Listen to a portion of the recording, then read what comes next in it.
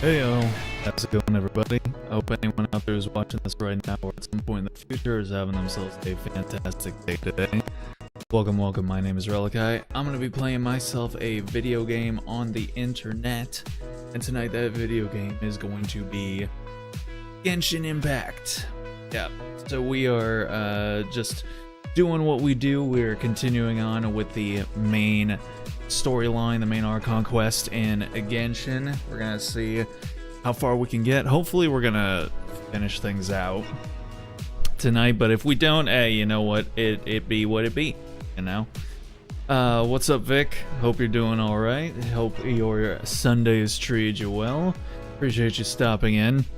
Also, I guess I'll just go ahead and point out that you might notice back there that you can see a lot more wall behind the lamp back there. Yeah, I decided to go ahead. I put metaphor away, and now Bonch. I'm just assuming that's how you pronounce her name, because again, I have never heard her name actually be pronounced. But yeah, she's now hanging back there with the other girls. So yeah, good stuff. It's all right. Hey, that's what we're looking for. All right, doesn't have to be amazing as long as it's not bad. That's all we are hoping for. That's all we can hope for today's day and age. What's up, Aurora? So yeah, we're gonna go ahead and get to it here. I don't, like usual on Sunday, I don't have a whole lot of preamble to dole out, because yeah, not a lot happens between one day and the next day. So yeah, hopefully we'll be able to get decently far in the game here. You're about to take a shower? I mean, you can take a shower. I'm not holding you hostage. You don't have to stop up your schedule for me. So yeah, go take a shower. Go get clean. We like clean around here. Unlike a lot of VTubers that I seem to watch nowadays, who seem to thrive in their girl failureness. We actually stan proper hygiene around here. So yeah. Oh, I guess speaking of, yeah, I have my I got my Fuyo shirt here because yeah, Fuyo actually revived today after a good long while of being in corpo VTuber indie limbo. She now has full rights to her to the Fuyo IP. So I guess I can go ahead and finally officially say, like, yeah, MIDI is Fuyo Cloverfield, and for the time being, where she had left Idol, but they still held the rights to her character. She was not streaming as Fuyo, but now apparently sometime, I don't know the exact date, but she got full legal ownership of the Fuyo Cloverfield name. So now she's going to be using Fuyo again for various projects. Some of them might not be so YouTube friendly, but I don't know if she's 100% going to actually stream as Fuyo specifically. We'll see. Maybe when she interacts with other ex-Idol members or something like that. But yeah, as of right now, it's mostly she's just going to use Fuyo for various projects and things like that, but she might be main driving MIDI, so we'll see. We'll see how that goes. But yeah, so had to rep the Fuyo shirt field for such a special occasion. Yeah, Leprechaun was in limbo. That is what happened there. What's up, Maiden and Alice and Kotsky? Hope you guys are also doing good tonight. Hope your guys' weekends have treated you well. Are you holding people hostage? Yeah, of course. Yeah. All the waifus back there, if you ever want to see them again, you're gonna have to give me just all the money. Just all of it. What does that mean? Yes, all the money. So, and if I don't get all the money soon, then they're right there is where they're gonna stay. So, watching a boring movie on TV. It's Ratatouille. What? You hate Ratatouille? Okay. Well, I guess I'm gonna have to ban Kotsky, cause goddamn, hating Ratatouille. Who does that? What kind of psycho behavior is that? Hating Ratatouille? That's nuts. That's insane. Ratatouille's like one of my top 3 favorite Pixar movies. Goddamn. I didn't know that Kotsky was #1 ops, but all right, it's good to know where we stand, I guess. Good to know. Exile members keep their own IP. That's nice. If they opted to leave, you know, when Brave first took over. So yeah, they were told, hey, you can either stick around and see how things go, or you can take your character and you know, go be independent. A handful of them did decide to go independent at that time, but a number stuck around, and then they ended up leaving later anyway, which is unfortunate. So like Piper, who used to be Kai, unfortunately she'll never be able to have Kai back, which is unfortunate. But you know, she gave it the old college try. She gave them a shot.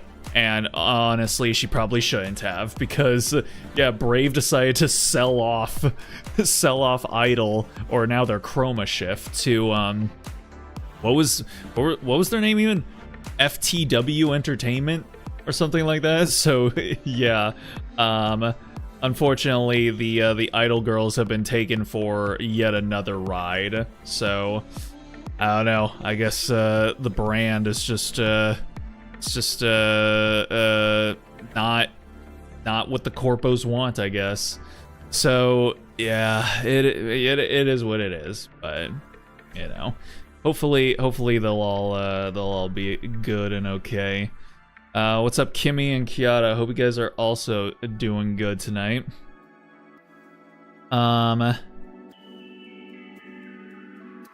We just give you Monopoly money? No.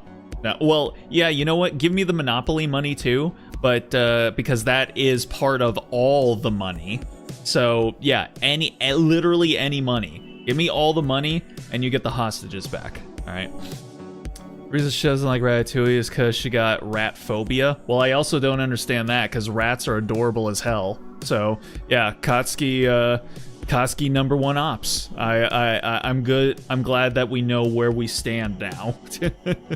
So it's on site. It's on site, I guess now. A Ratatouille hater and rat hater. Goddamn, can't believe it. And Miami. Hope you're also doing good tonight. So you guys individually. I also miss you individually, Miami. Good to see you again. Hope your week has treated you well. Hope your Thanksgiving was good. All right, let me go ahead and get the Genshin audio going and kill the BGM, and then we will get the game started up here.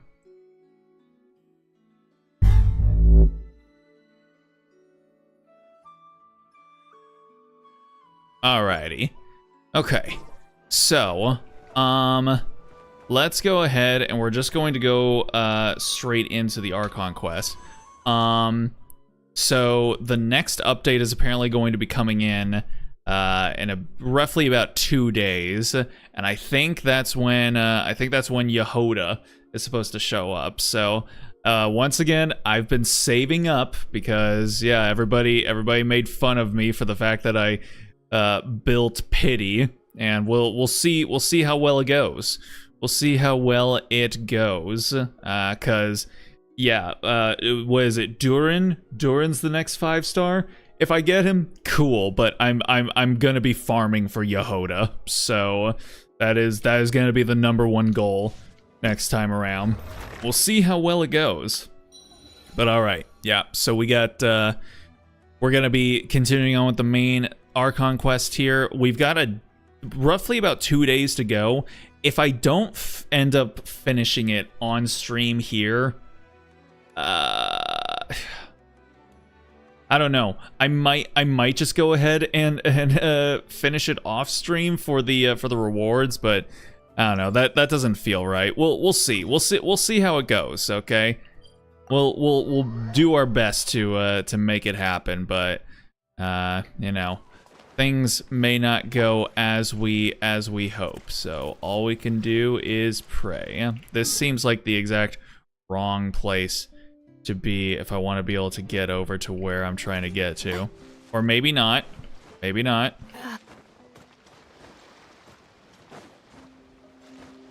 Okay. Might just have to make our way over the mountains here. Thanksgiving was alright. Grandpa's cracking up. Nice. Call me trying to hold hostages. Yeah, because I still don't have all the money. Someone hates Ratatouille. Yes, Kotsky hates dreams and happiness. So yeah, we found that out, unfortunately. Who the fuck? Oh, do you think the others are making good progress? Hope it's all going smoothly. Oh, hey look! They made it back as well! Flintz! Lama! How did it all go? All is well, thank you. Nefer and Yehoda had to stay at the curatorium to wrap things up, so they won't be joining us for now. Oh man, that makes me sad. Also, yeah, last time around, we met up with Arlecchino. She joined our little operation, and we went into some domain, and we managed to get Columbina some of her moon powers back, I think. And yeah, also Arlecchino has moon powers as well, which is why I keep calling them the Sailor Moons. Because, yeah, now Columbina, Arlecchino, and Lumine all have moon powers. So, yeah. And now we're just going to continue on with our operation to fight off Rear, I suppose. I ran into Miss Anefa and Miss Aino on the way back.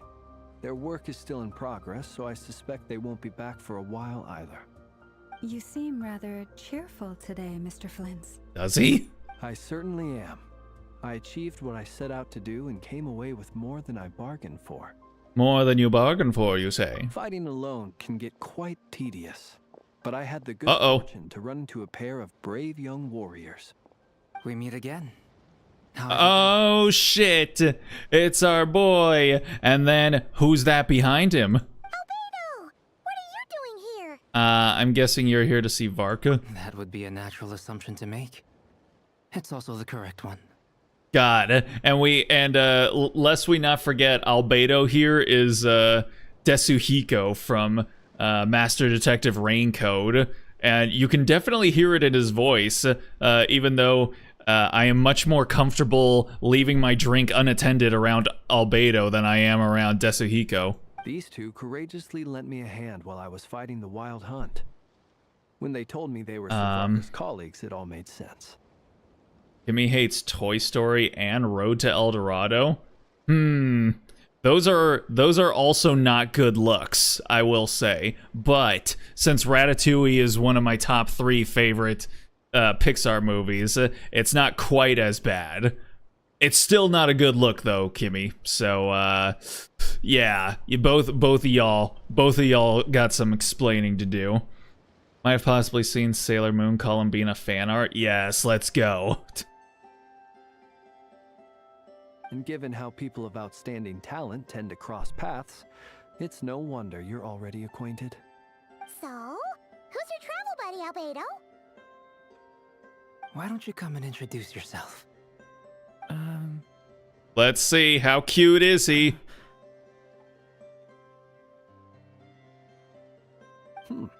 A gentleman of few words, I see. And a rather stern countenance.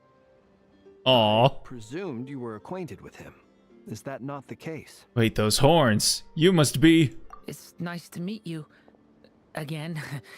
We've technically met before. You know what? Wait a sec. You're Minnie Durin. That's right. It's me.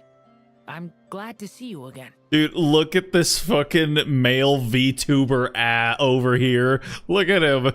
Tell me he doesn't look like a male VTuber. Like, tell me he doesn't look like he would be in Hollow Stars. You can't look me in the eye and tell me that this boy would not be in Hollow Stars. By the way, he says it's okay if you drop the mini. Yeah, I'm not as mini as I used to be. I'm not as mini as I used to be. I'm a big boy now. Should've stopped at 3, made 4, they're making 5. So you just recently, well, I guess technically not recently, but, yeah. Yeah, toys, I actually had this conversation with my brothers during Thanksgiving. Toy Story 4 would have been fine. Like, it's fine on its own, like in a vacuum, but in context with the rest of the films that had been in the franchise up until that point, it was too much of a thematic left turn. Like, the pivot was too jarring for most people to keep up with, because we went from 3 movies that were about leaving your childhood, growing up and leaving your childhood behind, to suddenly being about, what if the reason for your existence that you've relied on like a crutch for years or even decades is suddenly gone? Like, okay, that's a fine story to tell, but in relation to the other movies, it feels really disconnected. So, yeah. But Toy Story 5 actually seems like a story that the franchise of Toy Story ought to tell. So, I'm actually okay with seeing Toy Story 5, more so than I was for Toy Story 3. Even though, like, it should have ended at 3, but if we're gonna keep getting Toy Story movies, like, at least give me good stories, you know? Interesting, isn't it?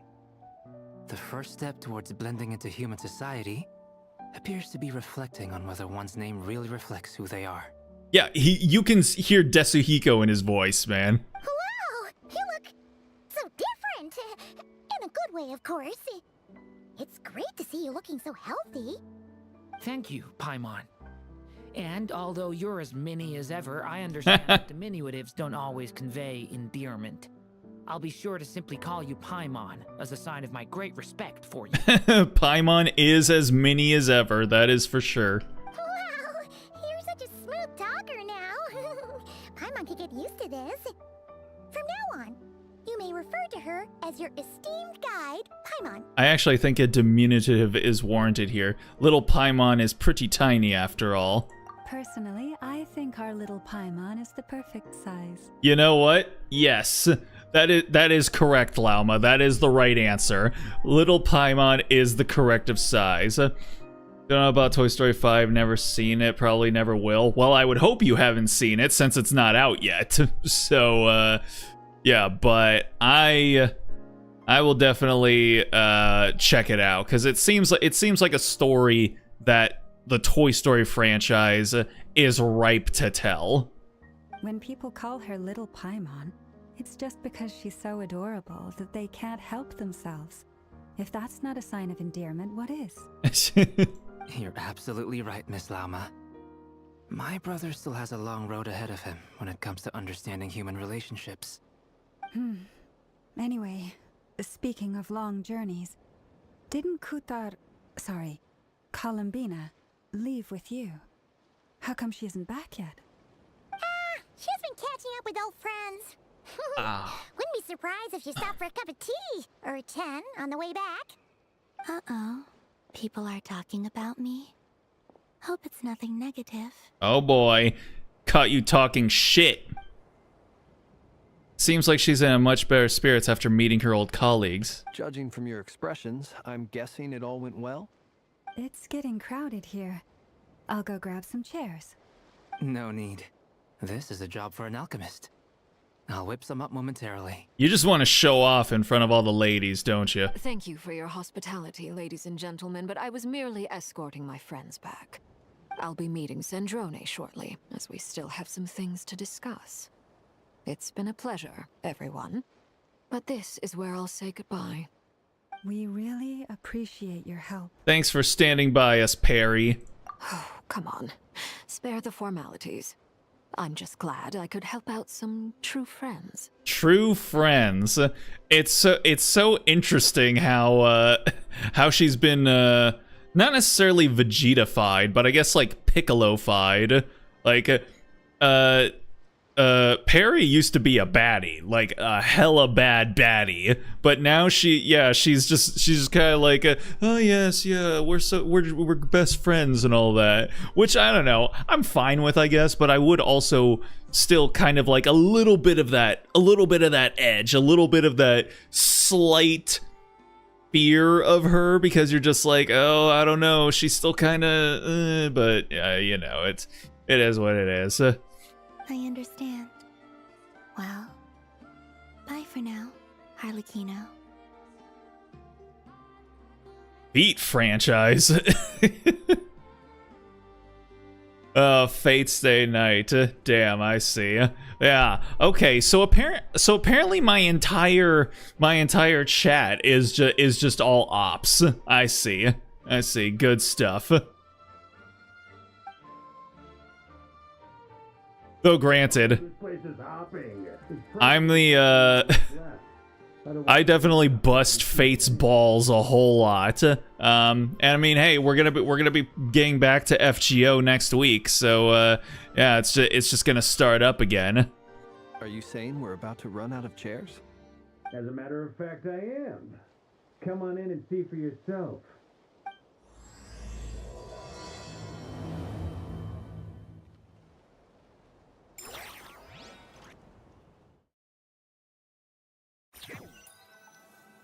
All right, so I'm reading all of Katsuki's messages. So it sounds like you're angry that the movie was not what you wanted it to be. So you're one of those folks who judges something not for what it is, but for what you wanted it to be. I'm sorry, but that's the exact backwards way of thinking about media analysis or media critique or media consumption in general. Like, you know, it's fair to be wanting something else from a thing, but you should like look at a piece of media based on its own merits and not by the merits of like something that either doesn't exist or something that's entirely different. You know, like you could say like, man, I hated Dragon Ball Z because there was no bowling in it. It's like, I don't know what bowling has to do with what was going on in Dragon Ball Z, and that just sounds like you just really wanted to watch a show about bowling. You could watch a show about bowling. I'm sure there is one. Is there an anime about bowling? I feel like there's got to be at this point. If they've got an anime about, like, you know, looking for rocks, I feel like there's got to be an anime for basically every single hobby or interest at this point. Which I'm still saying that there will be a PC building anime at some point. I have the screenshot to prove that I predicted this like circa 2022 or 2023, and I've got all the characters laid out, and I swear to God, when and if they make that anime, I'm gonna put out the signal and be like, yo, where's my cut? Hey, it's Dane!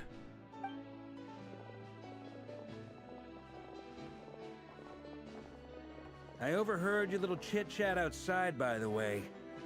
With Miss Columbina's colleague gone, we should be back to the original crew plus the other colleagues I brought in. Though, it looks like we have another new face. Someone else managed to rope in a colleague too? Sorry, he's probably here for us. He just showed up and he's like, where's the traveler? Where is she? Frankly, You and Paimon are the only people I know here.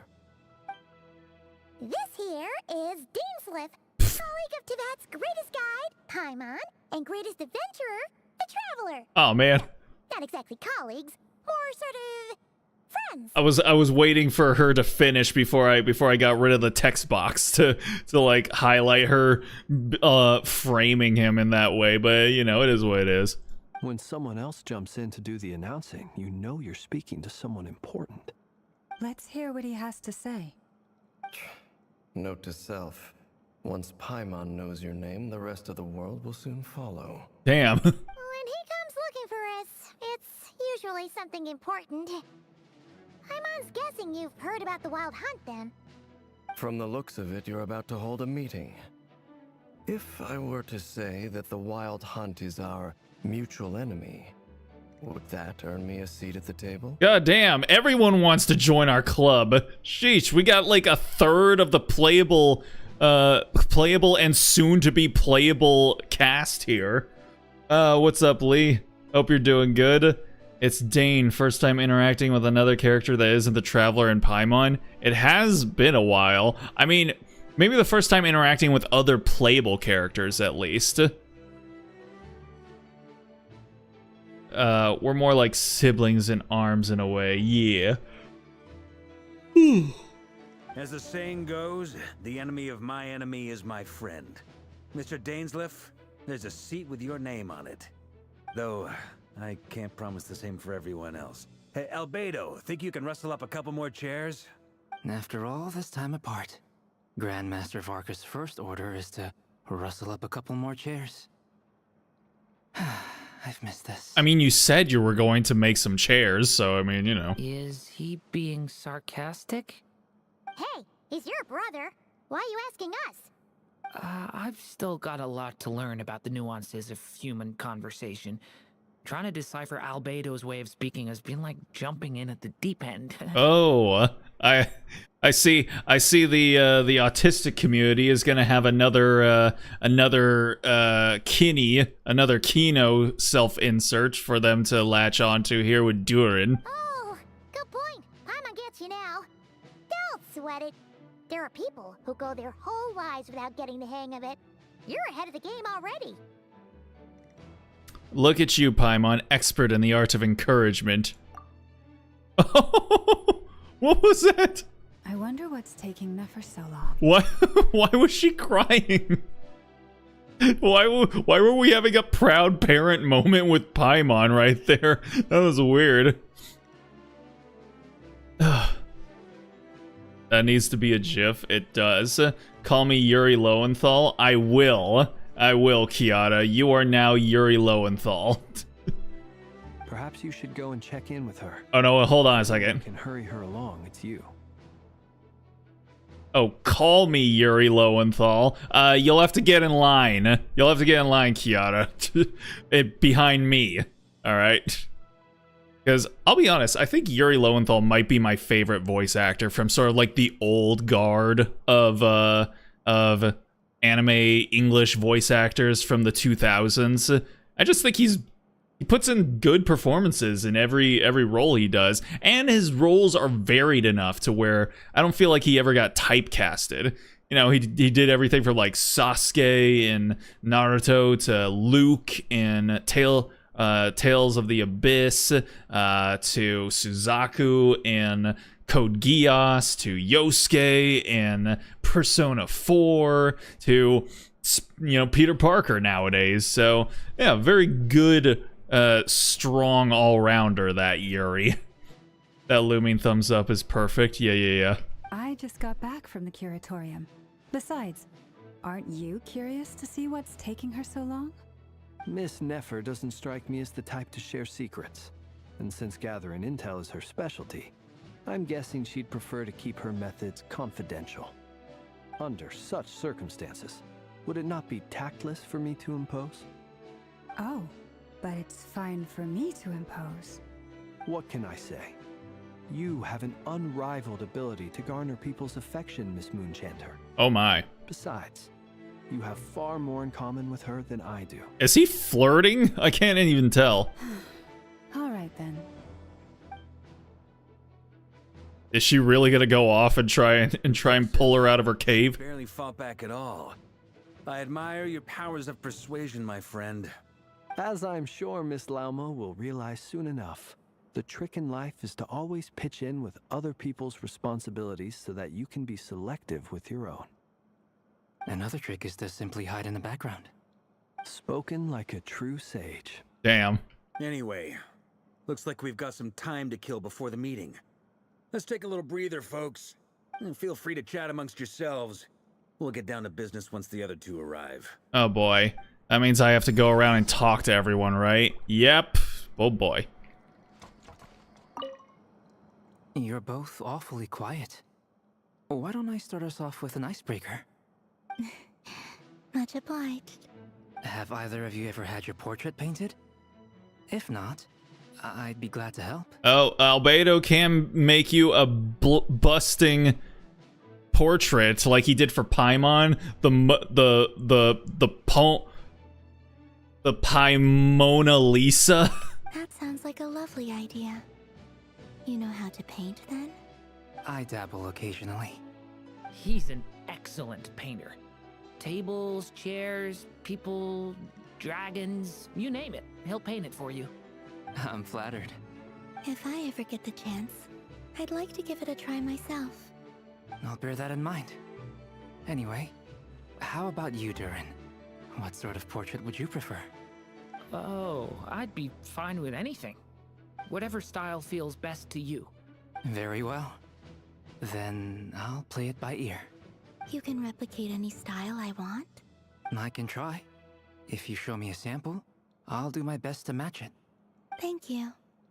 In that case, I'll dig up some reference material for you. Damn. The two opposite ends of the commissioner spectrum. Okay. I feel like I should talk to Dane last. So let's go over here first. Truth be told, I can't remember the last time I was in a meeting with so many people. Holy hell. Look at how small Lumine is compared to these two. Like, goddamn. The top of her head barely comes up to Varka's shoulders. Goddamn. Like, the fan art is going to go crazy. You're not alone there, my friend. The Lightkeepers also struggle to bring everyone together for a serious discussion. I don't doubt that. I've only ever met two Ratniki, one being you, and the other being that young guy, Itlua. Itlua is a good apple. I'll give him that. He's kind, honest, and regularly delivers supplies to my lighthouse. Aha. A true Ratnik to the core. In that sense, he puts me to shame. So you're what? A fake Ratnik? That's what it sounds like you're saying. A Ratnik? But I get the feeling that's not quite what you meant. Come on, why the awkward silence? Sorry. I'm not even gonna bother trying to hide it. You've known all along, haven't you, my friend? Oh? Now that was an awkward silence. Let's just keep this between ourselves. Probably best if Itlua doesn't know, huh? That goes without saying. Gotta be careful what you share with youngsters, after all. Anyone else in the know? Let me guess. The Traveler and Paimon? I'm literally right here. It's dangerous being too sharp for one's own good, you know. Then, in the name of the Animo Archon Barbados himself, I swear your secret's safe with me. Lumine 4'5". I doubt she's that short. Barbados were practically best buds. In the light of that claim, do you really expect me to take your oath seriously? Like, I believe 4'5" would actually make her a legal dwarf. Or is that 4'3"? I think it might be 4'3". Of course. Just as long as you don't go spreading around the fact that I'm close with Barbados, all right? Fair enough, then. Nothing like a bit of mutual leverage to seal the bonds of friendship. Back what I miss. Welcome back. Not really anything at all. We were just talking about how much Kimmy and Katsuki hate Pixar movies. Is there something you'd like to say to me? Yeah! For starters, why'd you just show up here without even Flynn's not wrong there. Yeah. If you think back to our previous interactions, you may recall that that's hardly out of character for me. You do have a point there. Sorted out your accommodation yet? Oh yeah, you'll need to find somewhere to stay the night too, right? Want to tag along with us? You never know. We might get a group discount. Sure, let's do that. Oh damn. Dane gonna room with us? Oh, the fan art is also going to go crazy. Great! Paimon will handle it. What? You'll handle what? In return, we can get Dane's Lift to be our very own personal bodyguard. Paimon, you're thinking out loud again. If that's what you had in mind, you should have said so sooner. I'd be happy to help. I did. Oh, okay then. Paimon was only kidding, but good to know. Hey, I mean, if you don't ask, you'll never know. Anyway, since we're all here together, we might as well watch each other's backs. That's just what friends do, right? Indeed. Thank you. All right. Not long after. Oh, look who decided to show up. Oh, they don't seem very happy about any of this right now. Our moms are fighting. Ah, Miss Nefer. You made it after all. But what about Yehoda? I'm here to give you an update on how things are going on our end. Once this is over, I'll be heading straight back to continue my work. I left Yehoda back at the curatorium to watch over things while I'm gone. No, why would you do that? Give her to me. So much for just this once. Shh! Not so loud! We're on a roll here. What if she remembers and suddenly decides to back out? Did you say something, Mr. Varka? Huh? I didn't say anything. Right, Flints? Must have been a frog. They get so noisy around here at nighttime. It's like they're putting on a concert in the background. This frog's just over here like, bro, why are y'all focusing on me? I'm just a frog, man. Get out of here. Stop looking at me. Anyway, before we begin, there's a few introductions to make. Giving you the cold shoulder for the Let me failed start by pulls. saying that it's an Yeah. honor to be speaking before so many distinguished colleagues. Yeah, I know how much Nefer and Lauma hate me. First up, we have Miss Lauma. As Moon Chanter, she's the leader of the Frost Moon Scions, a local religious community in Nodcry. Then there's Miss Nefer, boss of the Curatorium of Secrets, an intel gatherer The extraordinary. frogs are the spy. I don't like him turning the frickin' frogs gay! Nefer is leading the investigation into Rerer's background, assisted by Yehoda and Lauma. From the little I've heard, they're making some great progress. Over here, we have Mr. Flintz, a ratnik and guardian of the abandoned lighthouse. In our last operation, he courageously distracted the Why are we Wild being- Hunt to buy time for the rest of us. Why are we being introduced to all these characters that we already know? For those of you who've never met, this is Mr. Albedo, a renowned alchemist and captain of the Knights of Favonius investigation team. By his side is a new face for us all, myself included, Mr. Durin, who has come to lend his aid. Next up, we have the Moon Maiden and former Fatui Harbinger, Miss Columbina. Columbina, I've realized after all this time, gives me Ina vibes.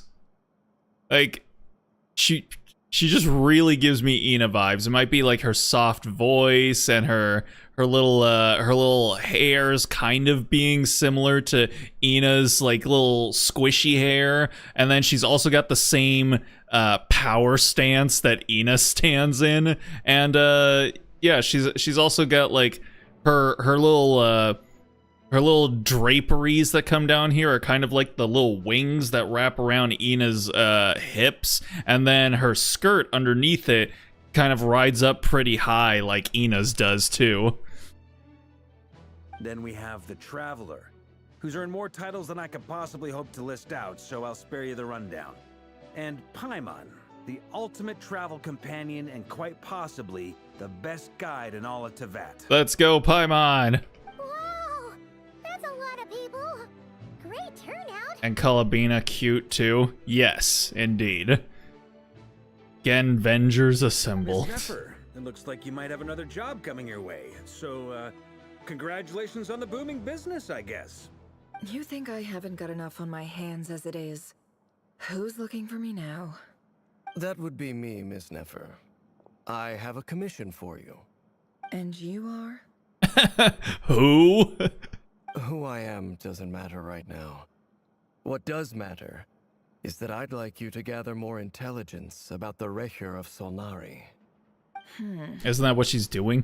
Well, it's not as if we never take on anonymous commissions. But in your case, I'll have to decline. I'm gonna take a wild guess and say your job's probably more hassle than it's worth. Something about you seems like bad news. Damn, she saw right through you, my guy. And by right through you, I mean she looked at your eyes and was like, I can't deal with more Conria bullshit right now. It's my eyes, isn't it? Conrian, I assume. And what's with the mask? Are you trying to hide your identity? In any case, the fact that you're even still alive raises an awful lot of questions for me. Okay, I mean, like, listen, mask is a bit of a stretch. It's like the Phantom of the Opera mask, where it's like, for the most part, you can see who it is. My name is Dainsleif, and yes, I am from Conria. As I'm sure you're aware, the Recher of Solnari's real name is Rerir. He was once an acquaintance of mine. Really? Then you must have been quite an influential figure yourself. You flatter me, but none of that matters anymore. My point was simply to clarify why I have asked Miss Nefer to investigate Rerir's background.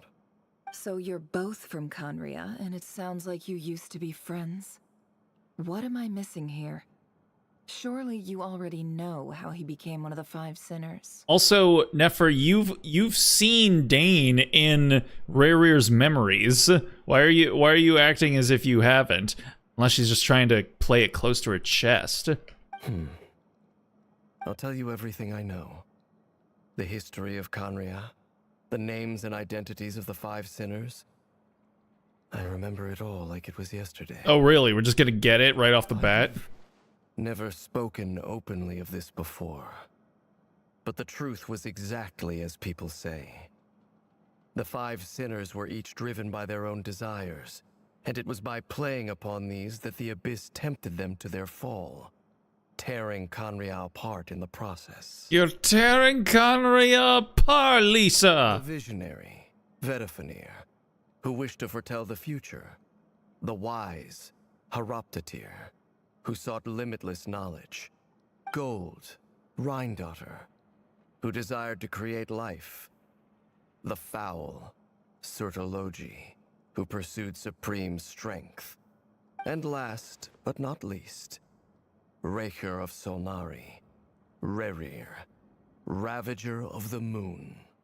Of the five, Rerir is the only one who remains a mystery to me. He never harbored grand ambitions. So what changed in the space of a single night? How did he come to fall like the others? It's his lady, isn't it? It's his overly detailed hot NPC wife. In other words, you're saying that his change came as a shock to you, and you have no idea what actually happened? Someone talking about me? That's right. Yes, Lisa. Everyone's always talking about you. You mentioned how the Abyss tempted them, which led to their fall.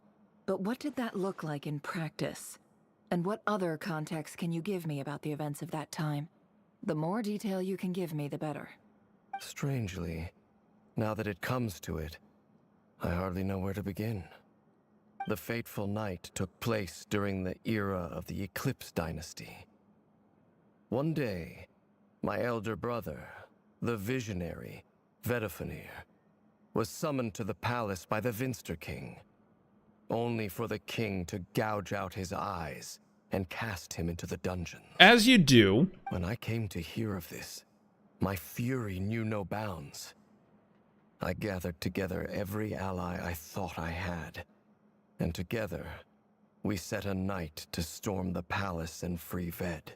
Ved. Centuries on, The memories of that night still haunt me, like a never-ending nightmare. We broke through the palace gates, just like we had planned, each striking towards our separate targets. But then, I was betrayed.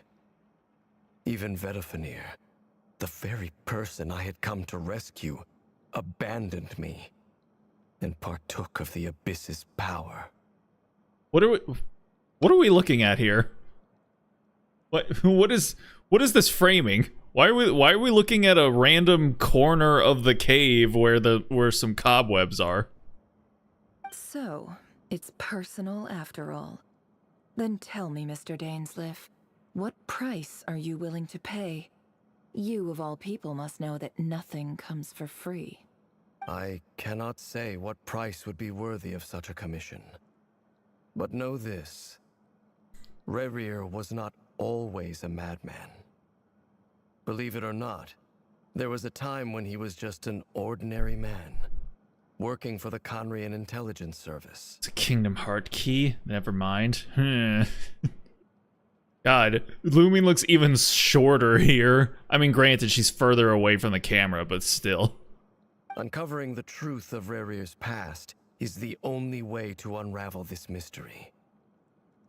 But before you decide if you will accept my commission, I will tell you more about him. Enough, I hope, to help you plan your next move. Sounds pretty good to me. Feels like we just flagged down a random passerby, only to discover he's actually a master strategist who has a score to settle with our enemy. That sounds strangely specific. Must be all that good karma I've been building. Who knew having a Conrian friend would come in this handy? Can I borrow your halo? It could be useful in the lighthouse. Hey, enough with the wisecracks! Besides, isn't that lamp of yours bright enough already? Relax. It was meant to be a compliment. If that was a little over the top for your liking, I'll make sure to tone it down next time. Flynn's literally said, "You mad, bro," to Paimon. I'll give your proposal some serious thought, Mr. Dainsleif. Let's speak in private once the meeting is over. Before that, Holy there's shit. a few things I'd like to share. Bro, Lumin, you can't just come out of nowhere and just start talking like that. You can't. You gotta warn a brother. Jeez. You recount meeting the Knave and how the iridescent moon's marrow was retrieved from the crimson moon space. You make it clear that the Knave chose to help you of her own accord, then conclude by reporting how the hearts of the three moons are finally in your hands. Now that we've united the hearts of the three moons, your power should be greatly enhanced. But it seems like that hasn't happened yet. I believe it will take a little longer. You've done so much for me. So I want to be completely honest with you all. Even though I'm doing a lot better now, the truth is, my recovery will likely be an ongoing process. Also, did she really only say that one line and then she's gonna stop talking? From the moment I was born, my power has been slowly ebbing away. And Damn. that is because Tevat has never accepted me. Even with the moons united as one, it seems my rejection cannot be undone. Oh, I know how that feels. I know how that feels, Columbina. Rejected by the entire world at every turn. So far, I have yet to find a solution. It may turn out to be a problem that will plague me until the day I finally leave this place behind. Even so, I will do everything in my power to help you drive out the Rayhir of Solnari. As Arlecchino put it, this is not about chasing the spoils of victory. It's just a gesture of heartfelt gratitude. Kutar. She seems a lot more energetic and positive than she did when we first met. Defeating the Rayhir of Solnari will be no easy task. While my strength slowly recovers, we'll also need to gather more intel. Naturally. We should take all the help we can get if we hope to defeat him. We've considered several viable plans now, but our choice hinges on the answers to a few key questions. Oh boy, here comes the Valkyria Chronicles music again. Is it even possible to kill Rerir? What experiences shaped the person or monster he became? And what's he really after? Given Albedo's expertise in alchemy, I think we should leave him to try and answer the first of these questions. Understood. As for the other two, I'm afraid we'll have to count on you again, Miss Nefer. Believe me when I say it's not my wish to burden you. But right now, relying on your skills is our only option. So you're placing all your hopes on me, huh? Yes, Nefer, you are the protagonist now. Enjoy. We can't thank you enough for agreeing to help us. Honestly, I can hardly believe how lucky we are. You sure have a talent for changing your tune, Miss Moonjanter. Timid like Yehoda one moment, then flinches insincere flattery the next. Ladies, please. I must object to your portrayal of me. That's all. Feel free to keep bickering. Just pretend I'm not here. What the hell? Bro, who turned on Flynn's sass switch? Who did that when I wasn't looking?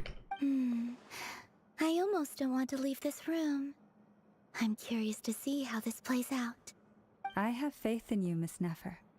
Something tells me you'll stand by us until the very end. Yeah, you're a good girl, Nefer, even though you don't want to admit it. Oh? And what makes you so sure of that? What if I suddenly decide that my compensation is insufficient? Nope, like I said, you're a good girl. You're not going to do that. This isn't about the money. I can sense that you've got a deep-seated distaste for Aria. And knowing you, that alone is motive enough. Look at them getting along so well.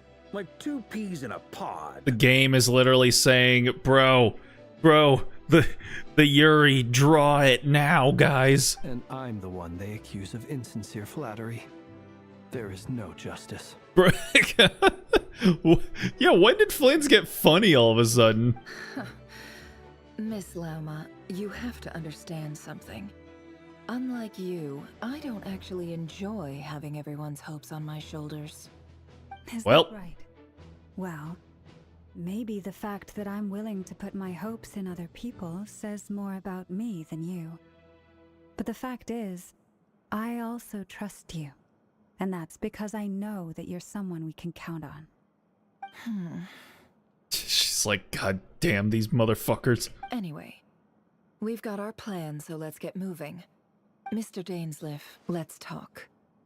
And Traveler, once we're finished, if you've nothing else planned, I'd like you to come with me. And see Yehoda? Yes, sir. This whole experience is teaching me a lot. For instance, I now know that when other issues come up in the future, I'll have far more luck getting Lauma to convince Miss Nefer than trying to do it myself. Hate to say it, friend, but that's one of the funniest things I've heard in a while. Funniest shit I ever heard, bro. Why? You think I've got it wrong? Quite the opposite. But what makes it so hilarious is how long it's taken you to realize. Nefer and Dainsliff converse intently for quite some time. From the gravity of their expressions, you can tell how heavily the next stage of the plan weighs upon them both. After a short chat, Albedo and Durin head off with Varka on what they describe as a simple finding mission. Lauma steps out for a while, then comes back loaded up with emergency medicine. She tells you that while people rarely expect to get hurt, it's her duty to be ready when they do. You and Paimon wait patiently for Nefer, content to see how well everyone is working together. Once Nefer is finished, you follow her and Lauma back to the curatorium. Let's go. They say I'm a deadbeat, but I know funny when there's funny. Okay. Where... Oh, we're going in here this time, I see. Oh yeah, no, wait, we've been in here before, never mind. Is Yehoda not here? There she is, yay! It's okay. We actually used the time to help Dainsliff get a room at the hotel. That's very considerate of you. Now, I trust you share my curiosity about Rarier's past, and you seem fairly familiar with Mr. Dainsliff already. That's right, we've known each other for quite some time now, nearly since the beginning of the game. We spoke at some length after the meeting. He was the one who suggested I should invite you to join this operation. He feels confident that these secrets will be safe with you. Dane has a lot of faith in us, that's for sure. Thanks for your trust too, Neffer. Likewise. I appreciate that you got right on board without interrogating me about why I invited you. It shows that you trust me to explain everything in due course. I understand the way you move now. That's because we know what you're capable of. That's what I said. Appreciate you too, Neffer.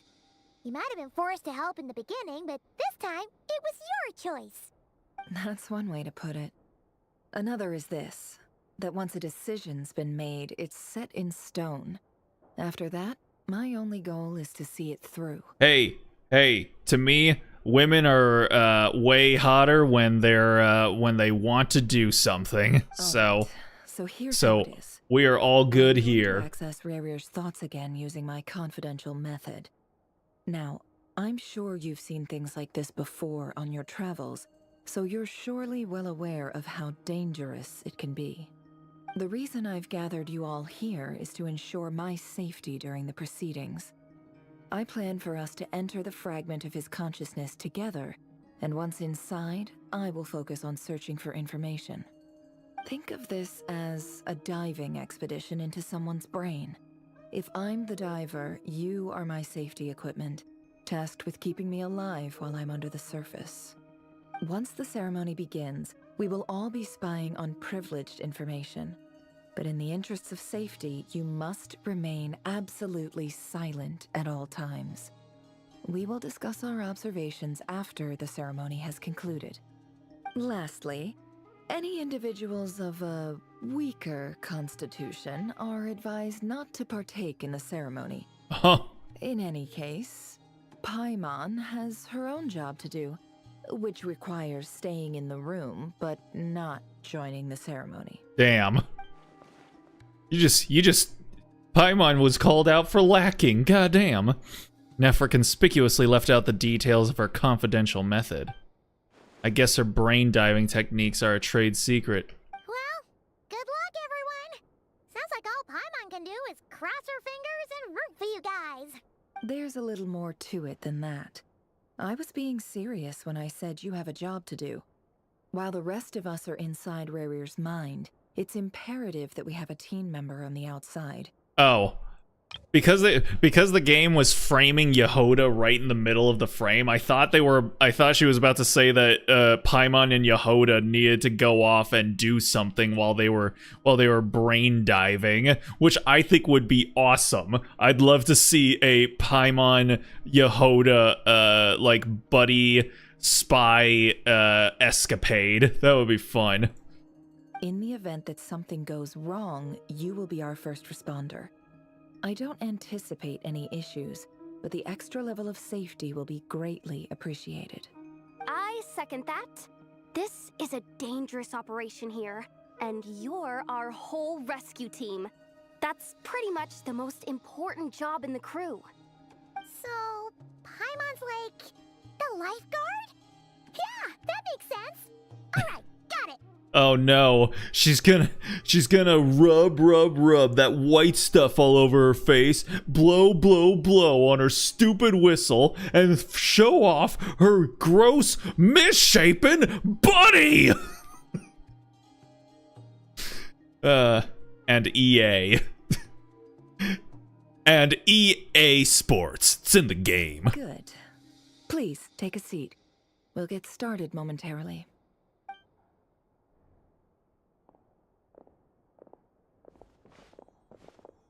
So, did Mr. Dainsleif tell you anything else? He told me that he believes Rarir kept some big secrets in his life. He's not sure that they were the cause of his eventual downfall, but he's asked me to uncover what those secrets were all the same. But surely you're not planning to go through with this, no matter the cost. If you think that, you'd be overestimating me. I'm a businesswoman, not a mercenary. But I do have my own professional reasons for taking this job. You think I'd turn down the opportunity to get a first-hand glimpse into Conrian history? No chance. But you've already done this. Well, That was a as typo. long I know. as you don't let morbid curiosity get in the way of safety concerns, we're good. We'll do whatever we can to help you. You're such a killjoy. Wow. God, they're so gay. they're such good roommates, I mean, sorry. She's got incense, candles, almost feels like a summoning ritual. Seems like Nefer still has no intention of sharing her trade secrets, but now's not exactly the moment to pry. I see there's a chess set on the table. Could that have something to do with her intel gathering methods? All right, I'm good to go. All set over here, too. I'm ready as well. Promise, Paimon, you'll be extra careful. Pinky promise. All right. Let your whole body relax. We're about to begin. Close your eyes. Yeah, again, we've done this before. Why are we like making such a huge deal about it now? Phew. Could this be his office? Pretty standard setup. Bookshelves, paperwork, files. According to Dainsliff, Rarier used to be an intelligence operative. Chances are there's plenty of top secret intel stashed away in this room. Is this where you keep your secrets, Rarier? Can't say I'm not looking forward to this. And I get to actually control Nefer, because Lord knows I don't get to normally. It's been gloomier than last time. I wonder what's changed.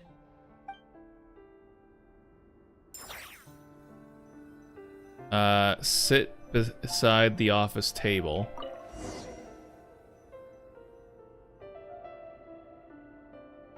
Today's files are in.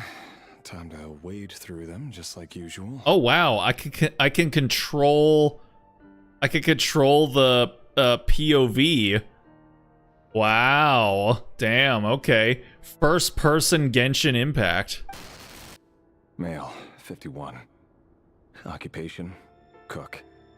Confirmed Crimson Moon descendant. Has maintained frequent contact with other descendants over the past year. Poses a threat to the dynasty. Neutralized.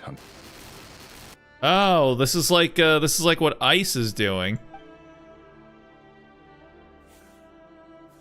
This one should be archived under purged targets.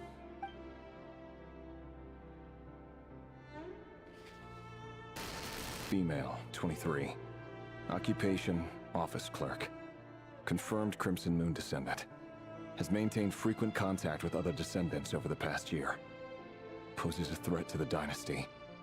Neutralized.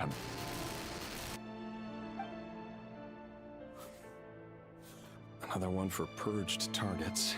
Sounds like she was that other man's daughter. Never mind. What's it got to do with me?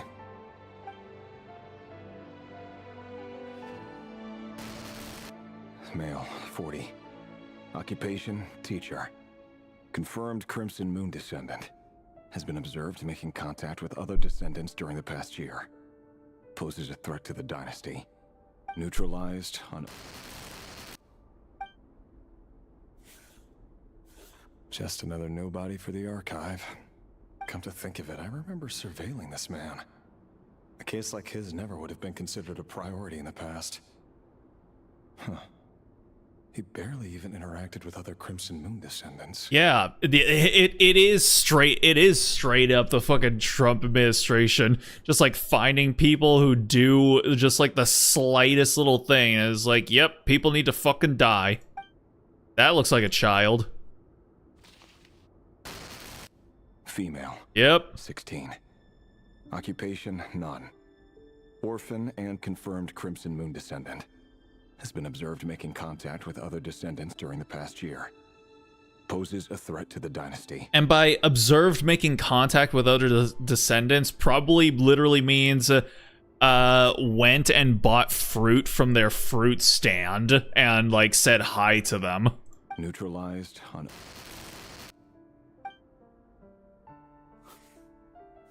Filed.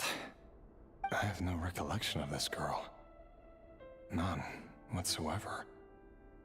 She doesn't seem to be anyone important, but then again, how many of them really are? King or the persecution of the Crimson Moon descendants. Yep, looks like it. How old is this one? Female. Oh boy. 18. Occupation? None. Orphan and confirmed Crimson Moon descendant. Has been observed making contact with other descendants during the past year. Poses a threat to the dynasty. Neutralized and...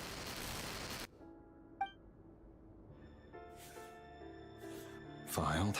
Ah, another fine day of killing children.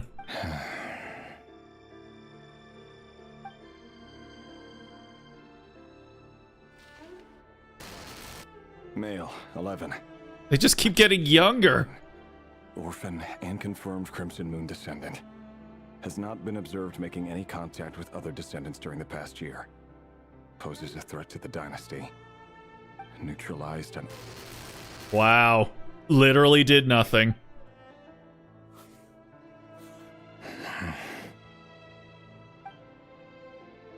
How young is this one? Male. 6. Occupation, none. Orphan and confirmed Crimson Moon descendant. Poses a threat to the dynasty.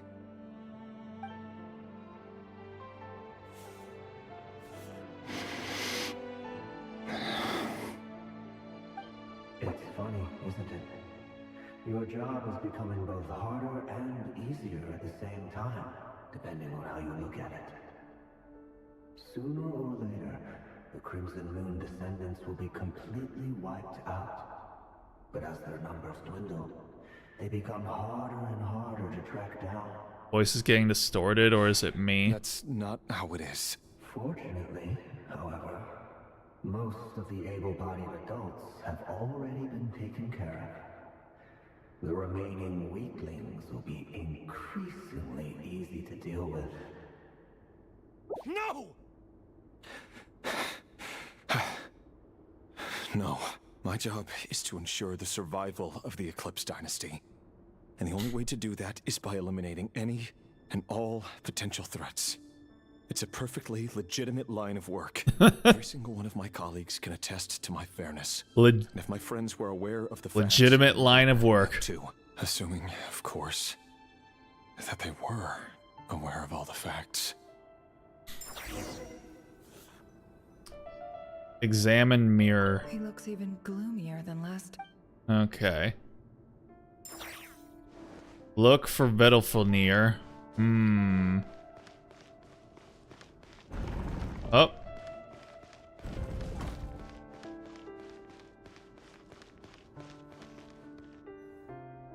Mr. Vettelfnir? It's been quite some time since we last met. Revier, I trust you're here because you have something important to discuss. Forgive me. I wasn't tuning out, it's just, I noticed you didn't even phrase that as a question. As if you knew I was coming. Tell me, does someone in your position ever feel the need to ask questions at all? It is indeed within my power to foresee certain things. Things like your arrival. I was just thinking, it won't be long before I'll be inviting both you and Dane to my wedding. That isn't a lie, but nor is it a fact as such. It's a wish, isn't it? No fooling a prophet, is there? Ever since that day we met for drinks, I knew it was only a matter of time before you came looking for me. Does it feel good? Knowing how the future will unfold. I'm afraid the notions of good and bad fail to capture the complexity of what such a power entails. Once you've seen what will come to pass, it can be all too easy to succumb to fear and melancholy. Unless, of course, you learn to abandon these feelings. You fear my silence, and long to hear the words I left unspoken that day. That's right. You must have noticed my reluctance to broach the subject. And the reason is simple. Because the truth could never have lived up to your hopes. For both our sakes, such words are better left unsaid. The burden of prophecy was never meant for your shoulders. So who exactly do you deem worthy to hear your prophecies? None but our exalted king? Or rather, our king as he once was. You're closer to his majesty than I am. You must know better than anyone how much he's changed. You say that as though it is to my benefit. Yet precisely because of that, I dare not speak rashly. A king can turn out to be the most virtuous of rulers, or a tyrant more terrible than the most vicious of dragons. You are so wise and far-sighted, yet still you would have me live in fear of the unknown? You make a fair point. Especially given my silence alone was all it took to send you spiraling downwards. Very well then. Let me offer you some advice. And I say this not as a prophet or a visionary, but simply as the brother of your friend. For many reasons, there is very little chance of your marriage ending in happiness. If happiness is what you seek, you should find another fiancé. Damn. But she's so fine. Her model is way better looking than D-Luke's. Hold on. There's that same black fog again. Could this memory belong to Thelindis? Guess I'd better tread carefully. Let's get in there. Wait. Hear me out. This time we finally got a clear look at his face and learned his true identity. So yeah, this kid was one of the Crimson Moon descendants, right? His name is Aria, and he claims to be one of the king's guards. Yeah, because he's got the same eyes as Arlecchino. What did you say? Yeah, goddamn, look at her. She's so she's got playable character syndrome. It's crazy. A cruel irony, isn't it? The man you're set to marry leads a double life as a brutal executioner. Why are you telling me all of this now? Simple. It's because I want you to kill him. You are the only person he would never suspect. No, absolutely not. I would never dream of doing such a despicable thing.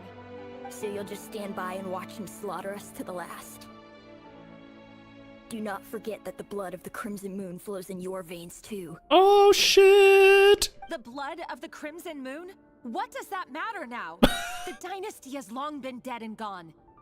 It doesn't help the fact that whenever Mitty's on her period, she always calls it the blood moon. So when I hear the blood of the Crimson Moon, I'm just like oh no. You think that alone is reason enough for me to throw away everything I have? Oh, don't worry, kid. It's just the blood of the Crimson Moon. Why wouldn't it be? You two were once a child of the Crimson Moon, just like me. Don't tell me you've never felt so much as a flicker of fury for the way we were trampled into the dust. So where's her cartoon X eyes? As long as you promise to abandon this pipe dream of restoring your dynasty, I can try to persuade him. Or have him persuade the Vinster King. Persuade the Vinster King? Do you even know why he's so obsessed with hunting us down? Why he keeps trying to force us to hand over our secrets? Over and over again? Or why we refuse to give up on restoring the dynasty? The Vinster King. A blind fool. His eyes clouded by powers from beyond this world. A petty little man with a miser's heart.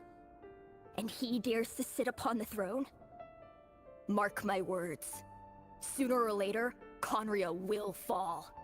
And it will be his doing. If you can't bring yourself to do it, so be it. Just you watch. It won't be long before calamity descends upon us all. The Rey here of Solnari. That really is quite a secret you've been keeping from me, Revere. But who am I to talk? Am I really any better? I've kept my own past a secret this whole time too. That is literally not the same thing, honey. Okay? Your secret is akin to like when people say, "Oh, trans people need to tell you if they transitioned before, if they're gonna put profiles up on dating apps and shit like that." And like, well, as his is like, hey, like, sure, I might have genocided an entire population, but hey, you know, call it even Steven. Love should be built on honesty, but ours was born from lies. And yet, is it really so wrong to hide things that would only make life harder? If we don't cover up the parts that no one else should see, how can we go on pretending to be normal? Vedifulnir must have known all this, and that's why he made his prophecy. In the end, nothing stays hidden forever. But I won't just sit by and watch this disaster unfold. I'll do everything in my power to protect what I cannot afford to lose, no matter who I have to face. Oh boy. Return to the office. Uh-oh. Was that Revere who just walked past the window? Doesn't it give you the chills that he still takes the same road to work every day? As if nothing ever happened. Those people at the deli. Enough already. They're clearly pretty taken by their own disguises, so just smile and play along. Pull the rug from under beasts like that, and you'll risk having your throat torn out. Deli? Oh. They're talking about those people from the opposition. Right. I'd almost forgotten they used to run a deli. The opposition. No consequence always vanishes so easily. And no one even remembers. If the king ordered Rarier to kill Felindus right there on the wedding floor. Oh. But surely you can see he's not the man he pretends to be. So many have died already, and they say that the king's madness grows with each passing day. We're not going to survive this, are we? But why does it have to be this way? Do we really deserve to die just because of the blood that runs through our veins? Felindus, are you even listening? Sorry, Freether. My mind was off wandering. I heard you, though. You're talking about what Rarier said. He's just following the king's orders. He's a secret agent, and it's his job to hunt down rebels and dissidents. Oh yeah, he's just following orders. As we all know, those usually tend to hold up to the scrutiny of history. By the time you first met him, he'd already taken lives. Maybe he was using you from the very beginning. No. Rarier has no idea I have anything to do with the Crimson Moon.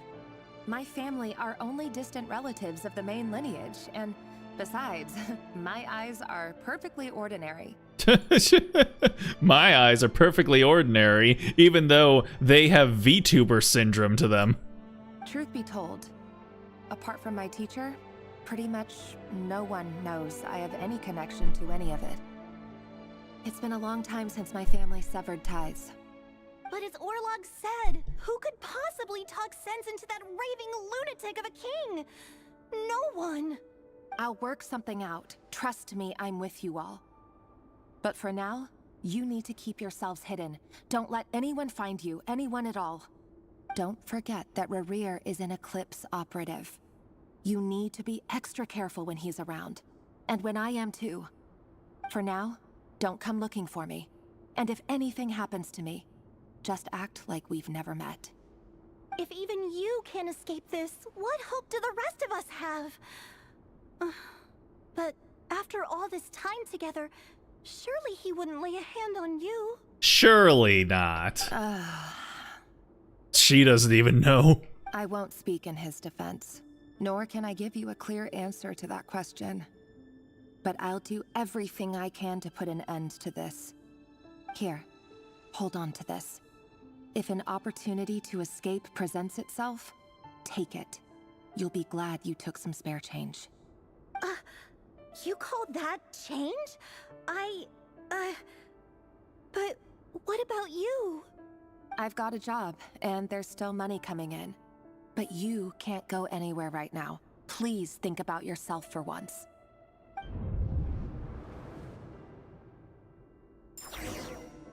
There's intel hiding behind those pillars listening in on their conversation.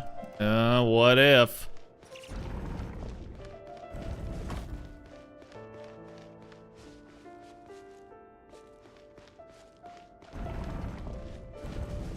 Another day, another round of assassination training. Training ground is just beyond this hidden passageway. When you kill a person, doesn't it bother you when you end up covered in their blood? Whoa. Why would it? Aren't we all just walking blood bags? But not everyone is accustomed to hunting down others like prey. You've been a hunter for so long now. You seem to have forgotten that most people don't just go around killing one another. Leave me alone. Don't call me out on my bullshit, man. God damn it, Nefer. I wish you didn't hate me. Ugh. Begin training. Make sure you have a firm grip on the handle. Then choose your angle well. Keep your movements light and brisk. Training sense a thing. I doubt that. How about no one's ever died a quiet death at your hands? I work clean. No traces. God damn, she's so hot every time she lands. That doesn't make it open. The king just happens to need you right now. What if someday he doesn't? That won't happen. He's changed. Ever since he fell under the spell of that house. In the beginning, he only had you take out a handful of the guilty. The ones I've dealt with have always been guilty. And I've carried out my work flawlessly.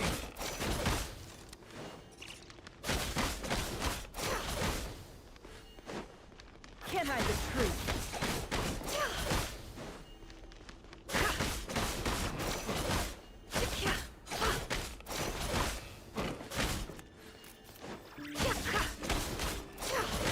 You know why Melinda didn't accept your proposal, don't you? Was it because she didn't trust you? Or something else? Oh. Oh shit. Oh no, dead younglings. Bro. This. Goddamn. Master Skywalker, there's too many of them. What are we going to do? Disguise as ordinary civilian.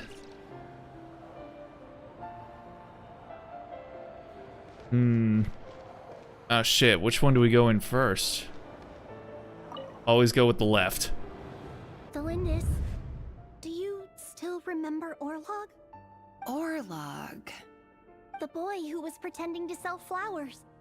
You spoke for quite a while, didn't you? Yes, we did. What about him? He was arrested 2 days ago. Chances are he's already dead. He... I just don't get it! After everything he's done, why do you still stand by him? Or does it mean nothing to you that people keep dying? No, that's not... Just hear me out. Uh-huh. I need to go now, Thelindis. They're looking for us. You take care too. If you ever need a place to hide, come find us. Who is this girl?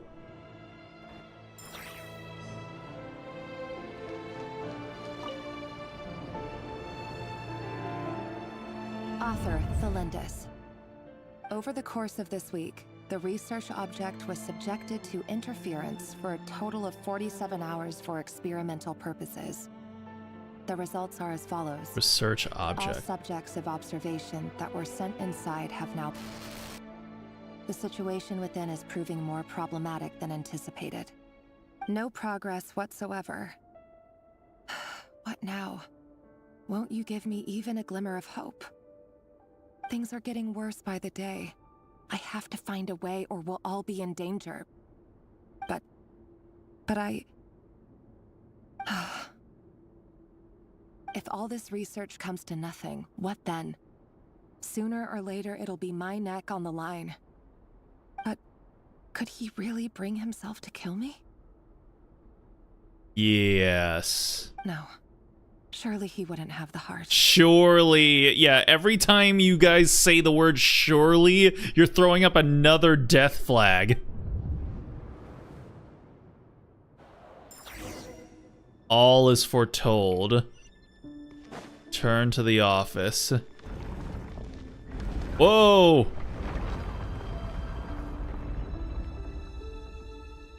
Okay, then. Why won't you just let us go? We don't even know each other. All we want is to live ordinary, peaceful lives. You want to live? How dare you? Yes. I just want to go on living. Is that really such an unforgivable crime?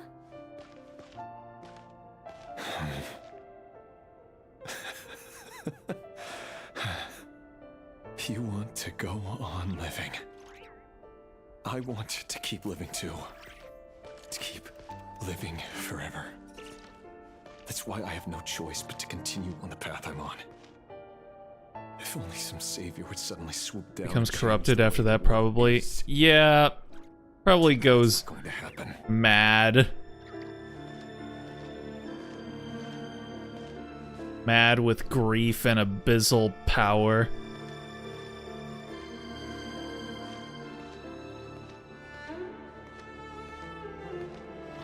The music for this section of the game is really, really good.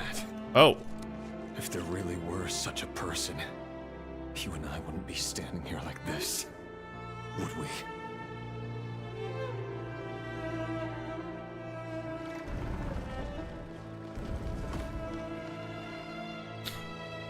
Today's files are in. Time to wade through them just like usual.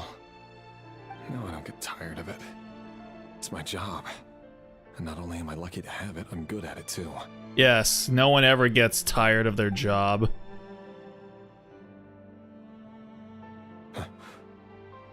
Wait.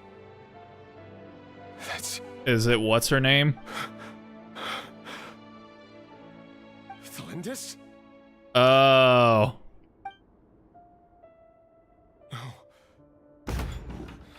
No. No! Why?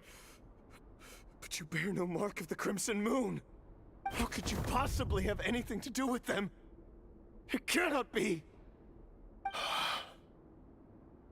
A diluted bloodline. Carefully concealed. I see it now. You've been living in the shadows just like me.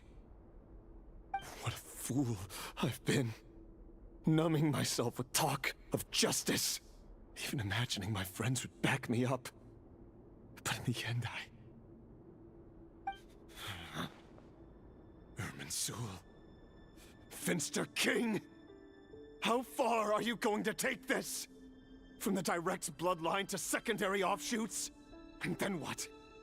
Today it's the descendants of the Crimson Moon. Who will it be tomorrow? Will you not rest until everyone down here is dead? No. This cannot go on.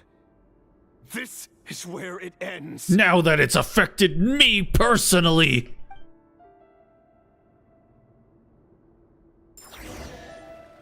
Head to the corridor.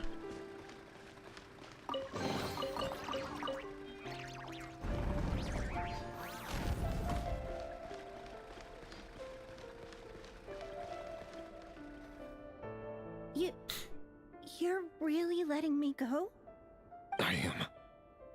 As long as you can guarantee that no one will find you. Don't worry, I'll be extra careful. No one will know I was here. But what about you? Me? If you let me go, you won't be able to complete your mission, will you? Good point. In that case, maybe you should stay. No, please! I just want to see the outside world again. Go on living? Yes. I know you're a man of your word. So please, just let me go. If I let you leave, what will become of me? Just kidding. Go, now. But remember, don't let anyone know you were caught. We'll be seeing each other again very soon if you do.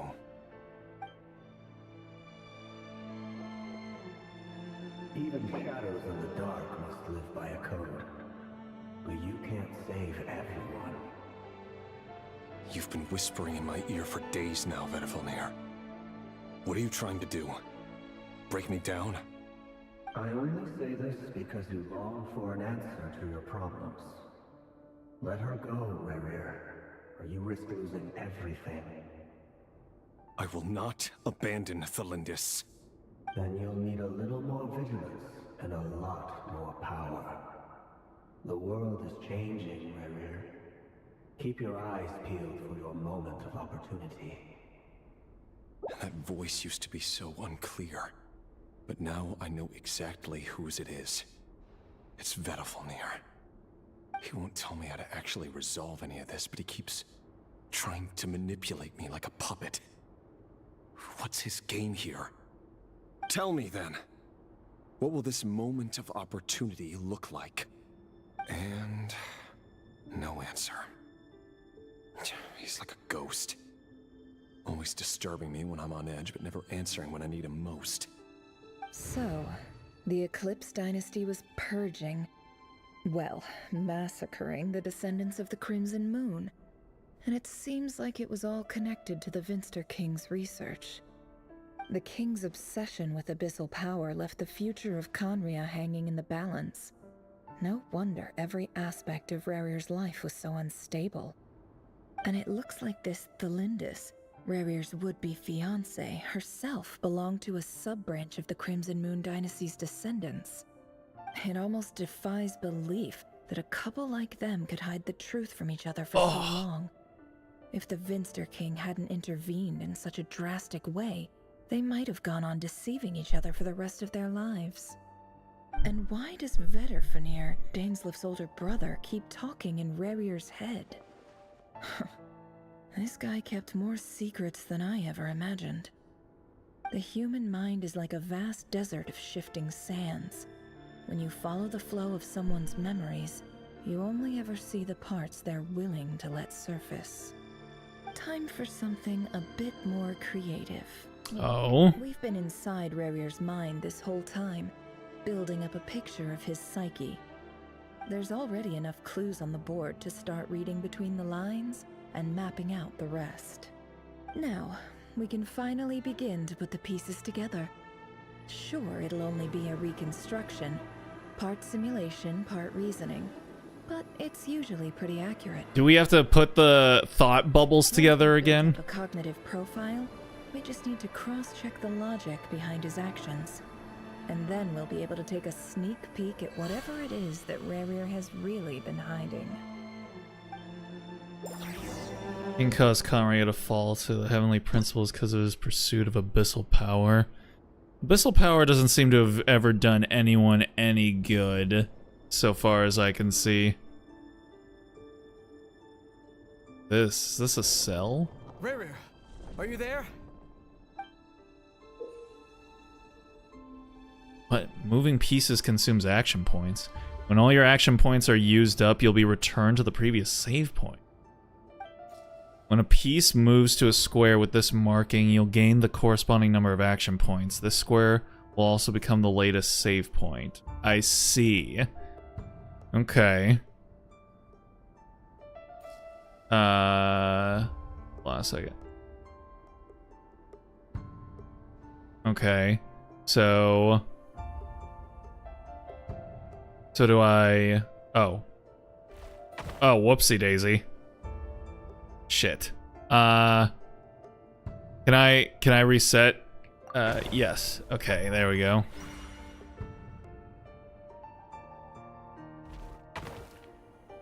And then...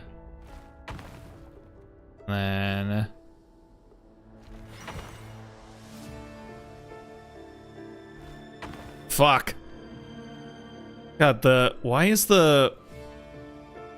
the controls so weird? So it's not letting me control it like in the way the piece is supposed to be moving. I'm controlling it the way it's like set up from my vantage point. So back is actually like left or something like that. It's really throwing me off.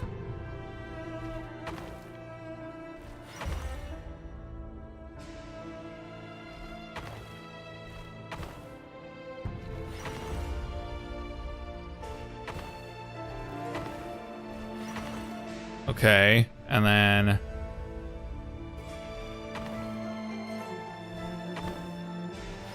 Okay, there we go. Hey, right here. God, that was awkward. Dane? What's wrong? What the hell? Quick, come with me. I'll explain everything once we've met up with the others. Okay, I'll come. But the Lindis is still over at the Universitas. I'll need to leave her a note. All right then, but make it quick. I've never seen Dane so worked up before. Whatever this is, it must be big trouble. I can't take it seriously with these chess pieces, I'm not gonna lie.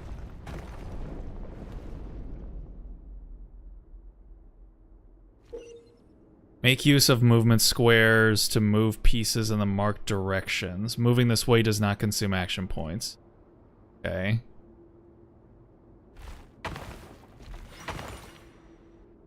I can't see shit. Okay. And then... See. Uh-huh. And then... Woo! Okay. And then...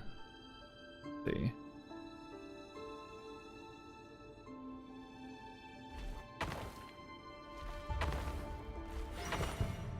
And then...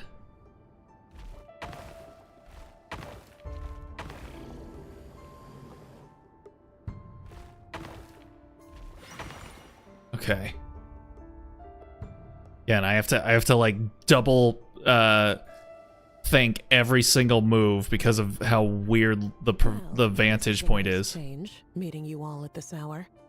When men and women of ambition can speak face to face in broad daylight. Granddaughter. I say that's a big step forward for our dear Conria. That's Albedo's creator, isn't it? His arrogance contributed to the fall, yeah. Don't be ridiculous. We do not fear the day. Why would we seek refuge in the night? Certology. That's, Skirk's master. You might ask your blade that same question. I'm told it prefers the cover of darkness. The word on the street is that Certology only strikes when he has an unfair advantage. But that is patently false. I see you're missing an arm and a leg. Surely only a fair fight could explain that. If this is your way of offering me replacement limbs, believe me, I'll take them. Oh, we can certainly discuss that. With bioalchemy, anything is possible. Assuming I have your full support in my research. Lunatic. Robtatir. What brings you here? Why, Dainsliff, of course. He invited me. Please, cast aside your apprehensions, Miss Rhindaughter. Whatever the rumors may say, I am but a humble servant of the king, and I can assure you he affords me no greater convenience than he does you. One who taught Skirk every skill, yeah. Well, the Universitas Magistrorum won't stop fawning over you. so at least some of the rumors must be true. You're clearly doing well for yourself, so drop the humble servant act. It endears you to no one. Also, this Rhine-daughter, she sounds like, what's her name? Kurenai from Naruto. I think someone out there would make a custom Genshin Impact chess set. That would be cool. President of the Universitas Magistrorum, the chief royal mage known as the Wise by royal appointment, and by far the most favored among the 4 pillars of Conria. Vice President Veit doesn't even try to hide his envy when he sees you. My success is the product of hard work and good luck. It's as simple as that. Were the king not such an extremist, I hardly think I would have received a senior post at my age. Of course, no job is without its gripes. Serving a king like ours can be a challenging task, as I'm sure you can imagine. And as for Efterveit, in missing out on the presidency, he's dodged a mountain of stress. Like everything else in life, it comes with pros and cons. You're all here. I apologize for the short notice, but it was an emergency.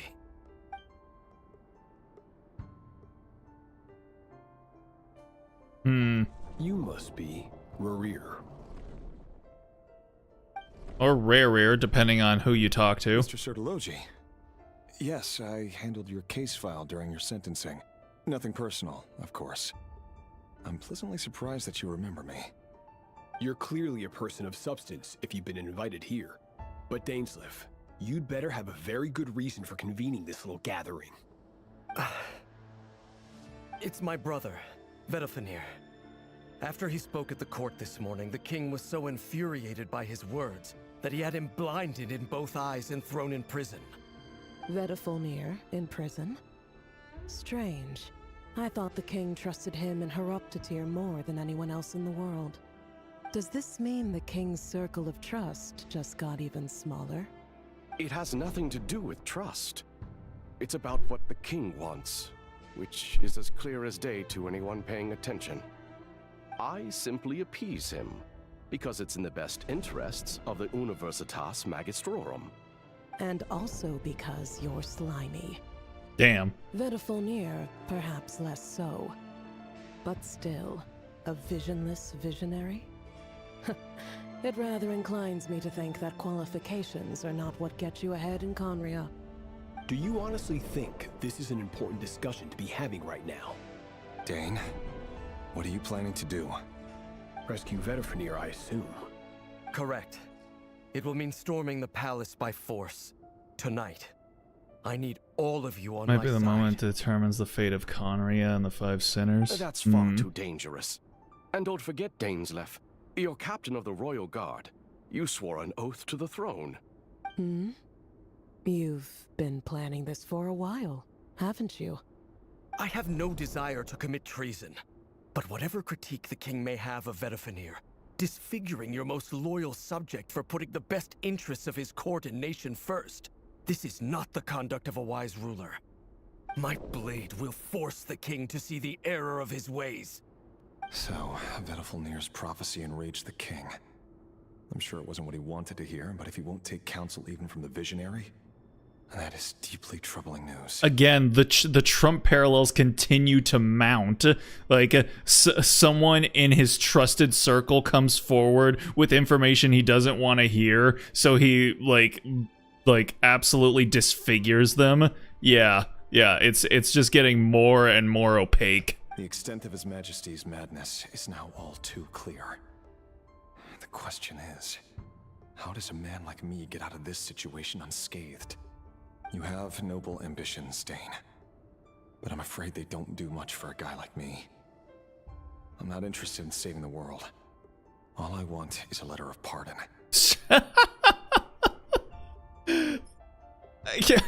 I don't feel like I need to say anything more. A letter of pardon? For whom? Thelindis?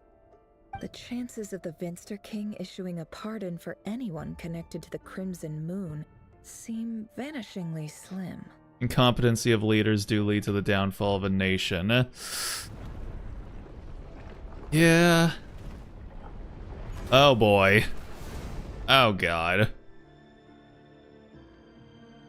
This black fog over the board must have some connection to Thelindis.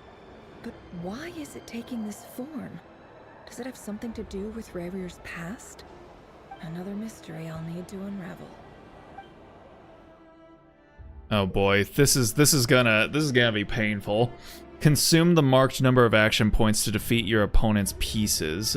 Your pieces will only attack when they have more action points than needed to defeat your opponent's piece. Oh boy.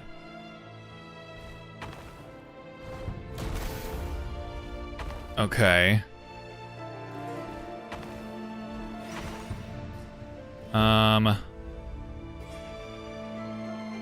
Let's see.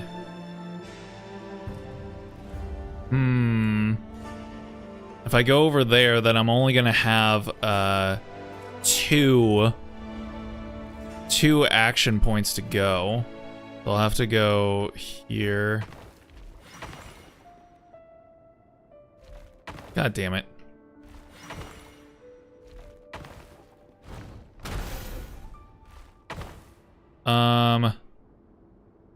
Well, fuck. Now what do I do? Because I can't get back. Ah, I fucked it up. Okay.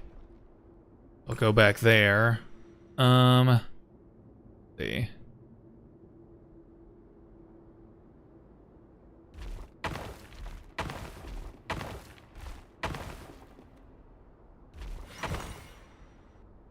Okay, and then 1, 2, 3, 4.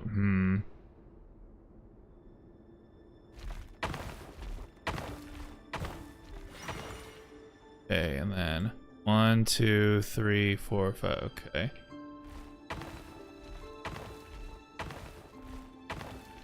Fuck.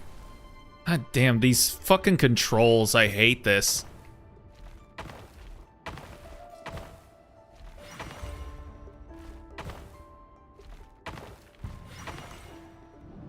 Okay. It always has to deal with abyssal power. Over the course of this week, the research object was subjected to interference for a total of 60 hours for experimental purposes. The results are as follows. Research dating back to the Crimson Moon Dynasty has established 2 points regarding moon marrow. Firstly, its origins have something to do with a god's power. Secondly, it serves as a portal to an as-yet indeterminate location. Moon marrow can thus be defined as a spatial gateway.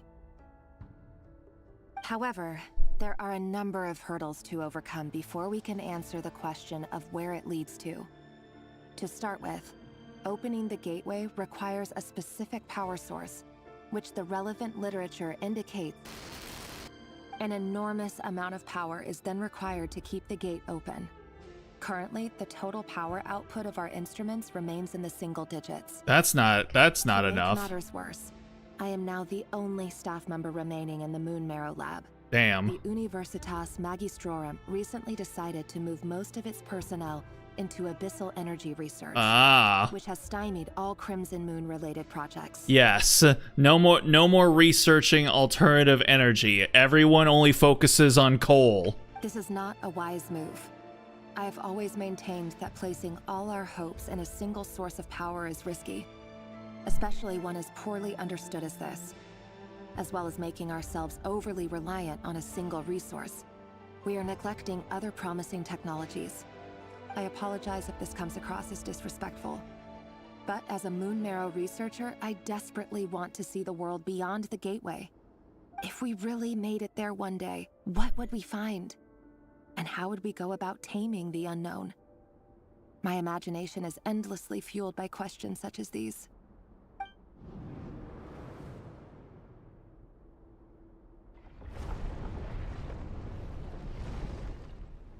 Do I have to go back now? Oh my god. Oh, these sections of the game just stretch on forever. Well, now I gotta find a way to get back. God damn it. Okay.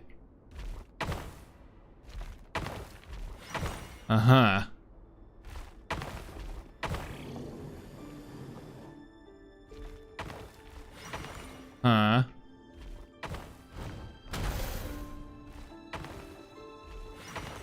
Okay, and then...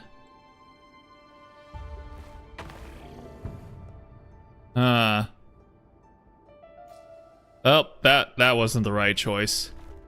Okay. Oh, wow, what the fuck? It didn't save any of that? Why?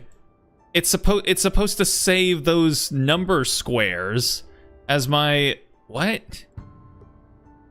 Okay, it wants me to go this way, doesn't it? Fine, whatever.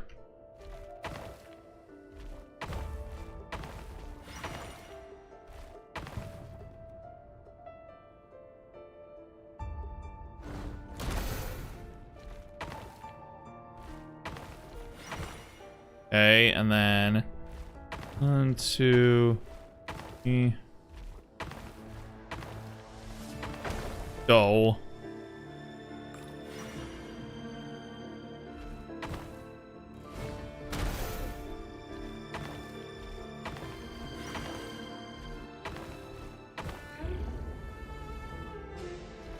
There we go.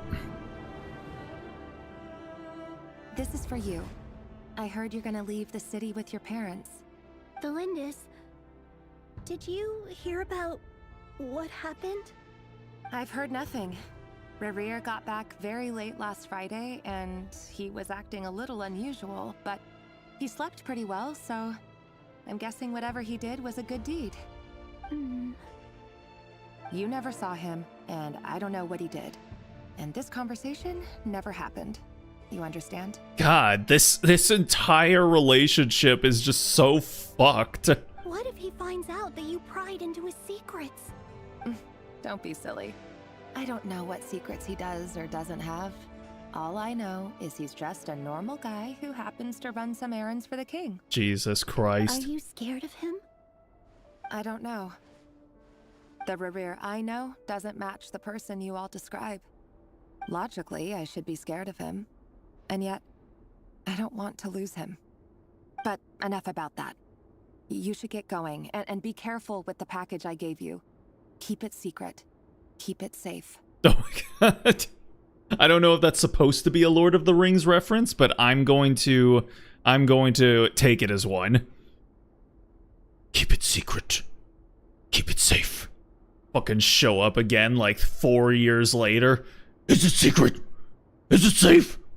What's in it? A piece of the moon.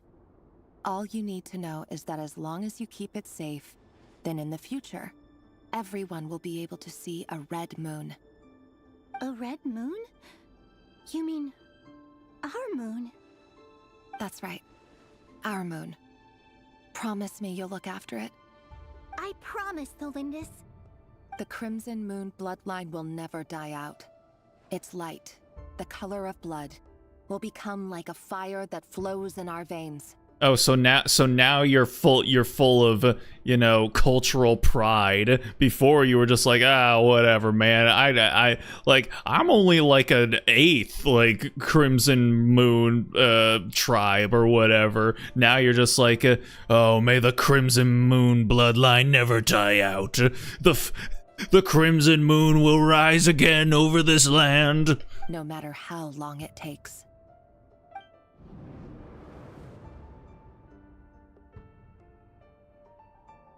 All right, do we have to do another chessboard? Yes, we do. Jesus Christ. Bro, what if you had to go somewhere? Like, what if you really had to, like, go to work or something and you thought, like, oh, I'll finish up, like, a couple little bits of the Genshin storyline. No, Genshin's like, you may not go anywhere, bitch. I own you. Okay, let's see.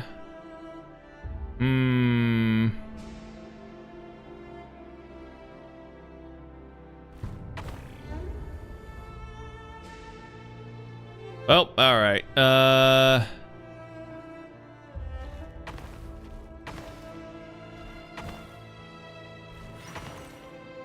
3.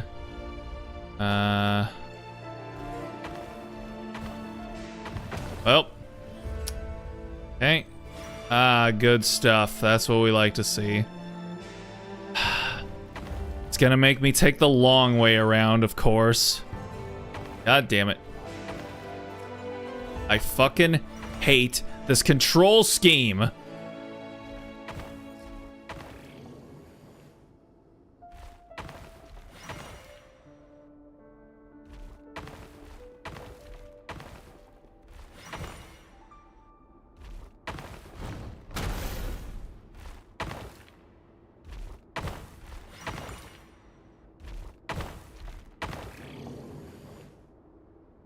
Ah, fuck.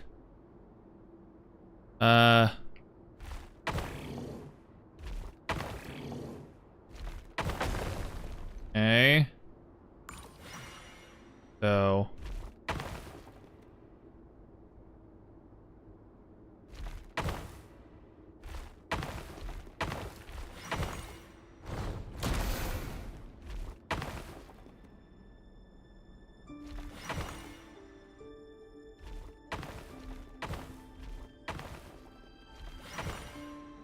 Rip to the diarrhea. And stick to the plan. Sir Dainsleif, what are you? Is this treason? You know what happens to those who betray the throne. Please, don't do this! It is the king himself who has betrayed the throne. He has betrayed all of Conria. If you have any love left for justice in your heart, you should join me. It's showtime. Dane and his group will handle the troops in the palace. Then Hraptatir and Rheindotter will disarm the security measures. My job is to enter the prison and rescue Vedifulnir. Stay safe. Wish me luck. Look after my brother. Draw your blade. It is time for justice to prevail. Rip to the players that got hit by diarrhea. Oh boy, now where are we going? Oh boy. Oh my goodness gracious, great balls of fire. Are you fucking with me? Holy shit. What the fuck? What now? Am I supposed to? Oh my god. Where am I even going? I guess that way. Jesus. Ay, ay, ay.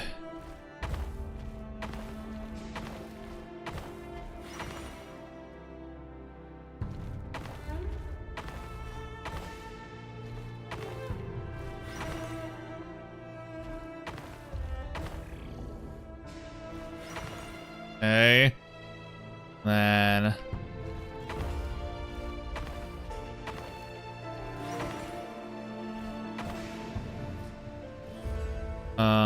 let's see here.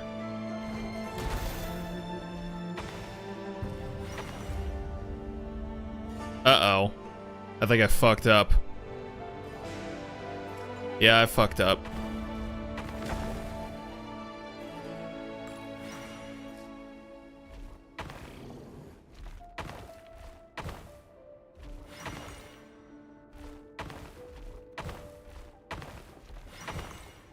Okay. Mihoyo's cooking with this new juju of chess, or if it's called chess at this point. I mean, it's definitely, you know, shaking things up from the usual. This place is filthy. And the smell is abominable. Clearly, the king doesn't allow his prisoners a single shred of dignity. This is dire. Found you. Hello, Mr. Vedifulnir. Ah, it's you. Surprised? Oh, wait. I guess surprise isn't an emotion that prophets feel very often. I certainly felt some surprise in the moment when I was blinded. Surprise at the king's sheer ignorance. Surprise at just how unfairly this world responds to words of earnest remonstration. I'm curious. What did you prophesize this time? It wasn't a prophecy. It was a word of warning. Someone had to say it. The king has forsaken all reason in pursuit of his obsessions. I simply told him that if he continues on this path, Conria will surely fall. But he didn't listen. Worse still, he stabbed you in both eyes and locked you away. Dane asked for my help.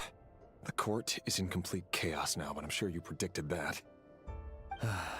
Everything is transpiring as I foresaw, yet I am powerless to change it. Fate is an immutable force. I can but lament as the inevitable unfolds. I do wonder whether giving a man the power to see the future does nothing more for him than slowly crush his spirit. Forgive my curtness, Vedifulnir, but the king did not suddenly turn on you today.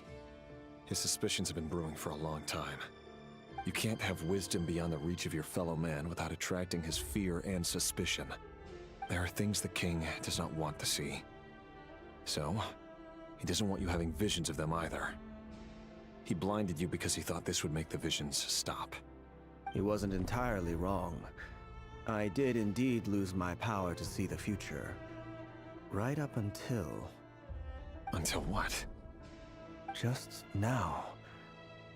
I believe I saw something new. Well, tonight could go a lot of different ways. 5 of us banded together to storm the palace, also we could rescue you.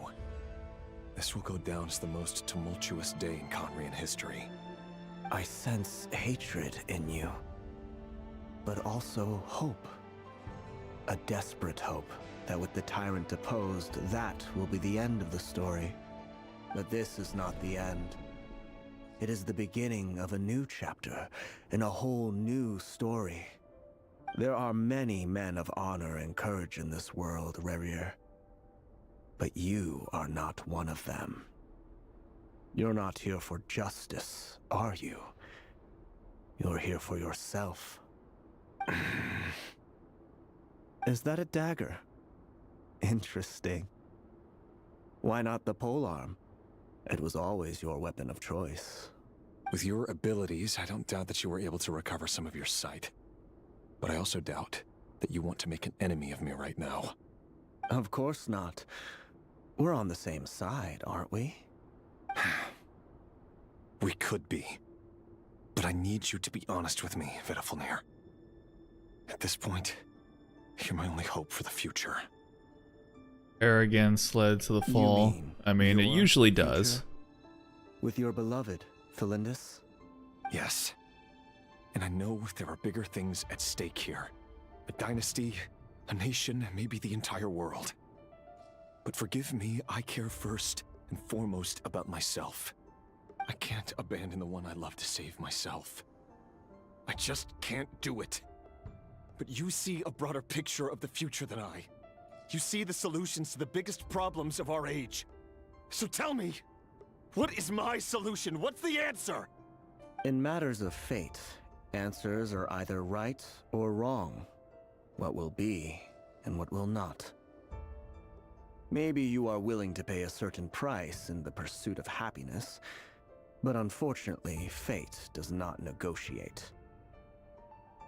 That is the cruelest thing about fate. It is unmoved by your sacrifices. That can't be true. I know it's your voice that I keep hearing in my head, urging me to see how the world is changing, to seek more power, so I can protect the things I love. Or is it putting his voice into your head because it believes that you'll listen to him? It's probably just the abyss. You show me disaster, but you won't show me how to avoid it? Why? Why are you doing all this? My voice. In your head. Yeah, no, that wasn't him doing it. That was the fucking abyss, bro. So, you hear it too? The voice that steals your mind, gains your trust, and drives you crazy. It turns out that we are not so different, you and I. Really? You're gonna hit him with the "we're not so different, you and I" shtick? Vedifulnir just broke into the strangest smile I've ever seen in my life. As if he'd discovered some monumental secret. But then he suddenly switched to looking extremely weary. Very well then. My advice to you is as follows. You must persevere.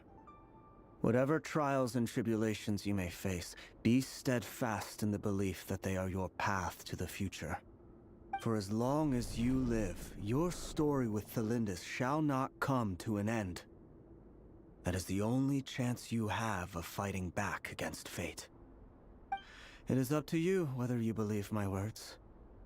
Regardless, that is all I will say on the matter. I have no right to intervene any further. I will hold you to your word. Thank you for setting me free. In return, I will tell you one more thing that you cannot afford to ignore. Just then, a strange wave of energy rippled through the city. We had no idea what it could mean. If I were you, I would head to the Universitas Magistrorum. The Universitas? Oh no! I'm sure we'll be seeing each other again very soon, Rerir. Whatever Vedifalnir said, I didn't catch it. I didn't even help him out of the prison. There was no time to lose.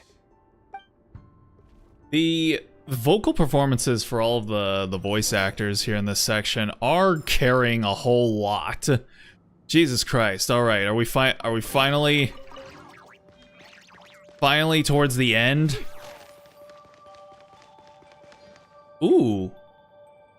Oh, I like the music here. Monsters? Oh boy. Is this Rheindar's doing? Or the Universitas Magistrorum? Out of my way! To dust.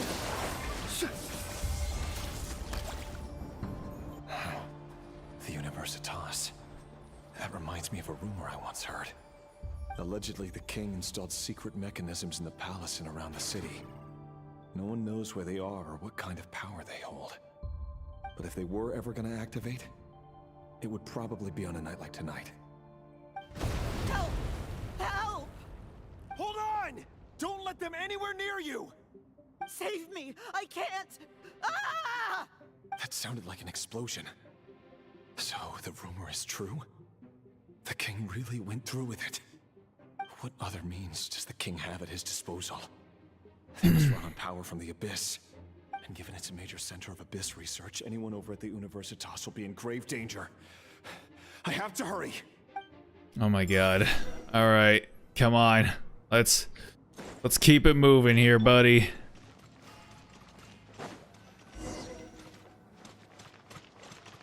Oh boy, more dogs. I can't wait.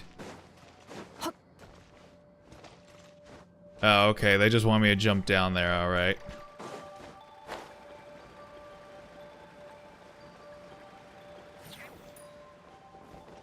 Defensive mode engaged. Look, you're in! Off to the freezer! Goose on the loose! Can't hide the truth. No more lies. The deception ends here. God damn it, I wish I could have gotten Nefer. Annihilation mode. Insulation check. A dash of frosting! Be silent. To dust. Cleanup sequence initiated. Go claw! Look, you're in! Pinnacle of excellence! A little amuse-bouche! Night falls. Can't hide the truth.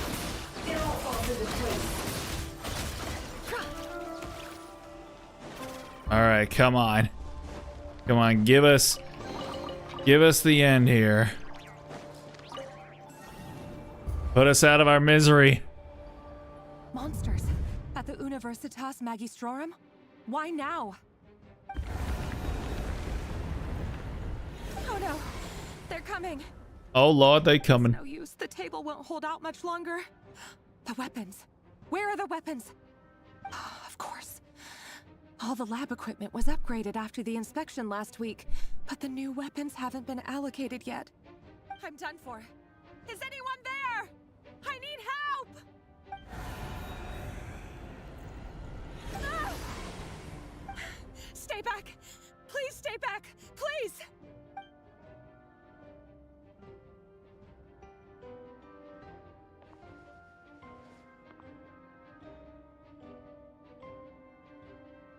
Nani? Is that the moon? Is Thelindis also gonna become a Sailor Moon? Oh, hey. What's that? Red Rear. So the rumors about your work are true. What? No! Listen, something happened at the palace tonight. We have to leave. You don't need to lie to me anymore. What do you mean? I know why you're worried, and I will respect the decision you've made. But it's okay, because I found a solution. She is very pretty, especially for an NPC. You can have it back. The normal life you so desire. But until then, I'm afraid our wedding will have to wait. Thelindis? No, don't do it! Thelindis! Thelindis!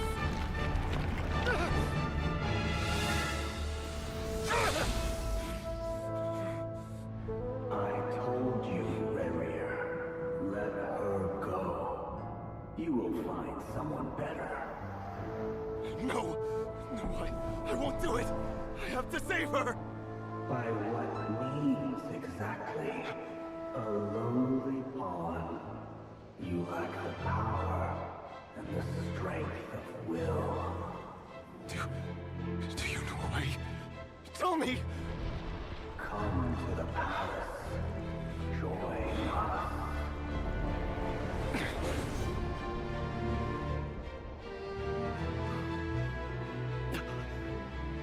Rerir, thank goodness we... Step forth and take your share. You made it. Not you too.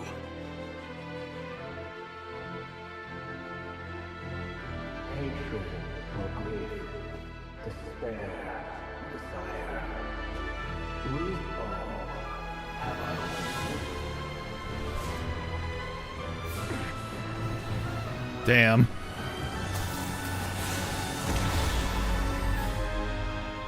Just saying we all have our reasons. Rerir. That's hard. Were you daydreaming?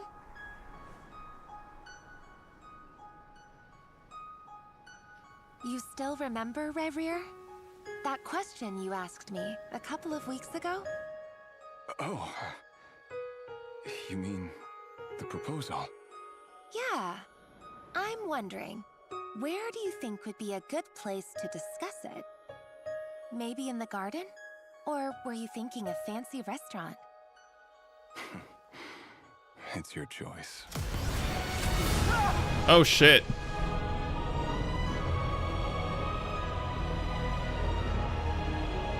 The music has been really awesome in this whole section, I will admit.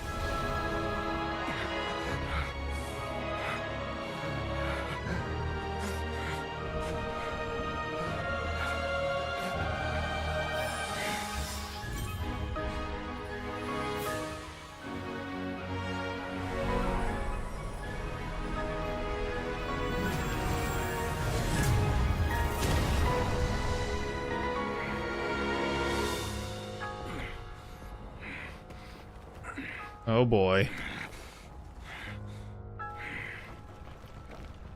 I will find you.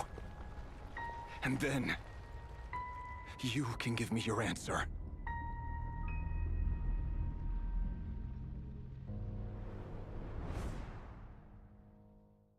Damn. Alrighty. So, we got the story of one of the sinners, at least. So that's how the Raker of Solnari was born. A monster created by circumstance is a monster all the same. Viewing other people's thoughts for too long can get uncomfortable.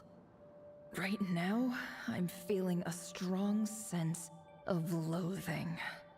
In a nutshell, the story of Conria is what happens when the truth falls by the wayside. Everyone tells little white lies, and before long, you have a huge pack of lies that destroys everything. Goddamn.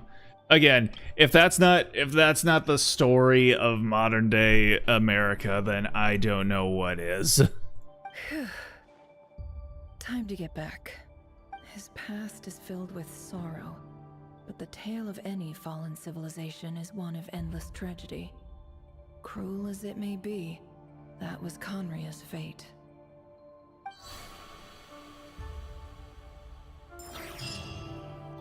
Good lord. That took like over an hour to do.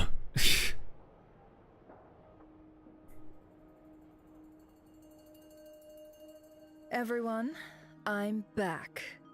Can I get a standing ovation? Yay! Never! How are you holding up? Feeling okay? She's fine. Boss is a pro. Yes, I'm fine. You will have seen the events of Rarir's life through my thoughts. It's now clear that he is just a regular nobody, driven by personal tragedy, as he said himself. I mostly agree. There's only so much we can know about him from his memories alone, but they did give us a clear glimpse into his life in Conria. However, I would not consider Rarir to be a nobody. He was deeply involved in the events of that era. Yet, when the catastrophe of a generation strikes, nobody is safe. Sounds to me like you're speaking in riddles again. Is this you urging me not to abandon the people of Nodcry in their hour of need? That's not what I meant. Although I do hope you choose to remain a part of the plan. Without you, the mission ahead will be all but impossible. Then try to remember that I respond better to the carrot than the stick. And I don't appreciate being bossed around. I see. Now, as for you, Missy, you were excellent. You stuck to the rules of the ceremony and kept your mouth shut the entire time. Bravo. Wait, who is Missy? Who is she? Is she talking to Lauma? Cool. So, can you fill me in on the deets now? Most of what I saw went right over my head. Patience. You'll hear the whole story, don't you worry. But let's meet up with the others first. It will save me narrating it twice. Yehoda? Yes, boss. Let me get that door for ya. That's more like it. What was that? For a moment there, I was worried you'd forgotten about the first clause of your employment contract. Forgive my curiosity, but what does the first clause say? It says I gotta do the annoying stuff that boss is too lazy to do for herself.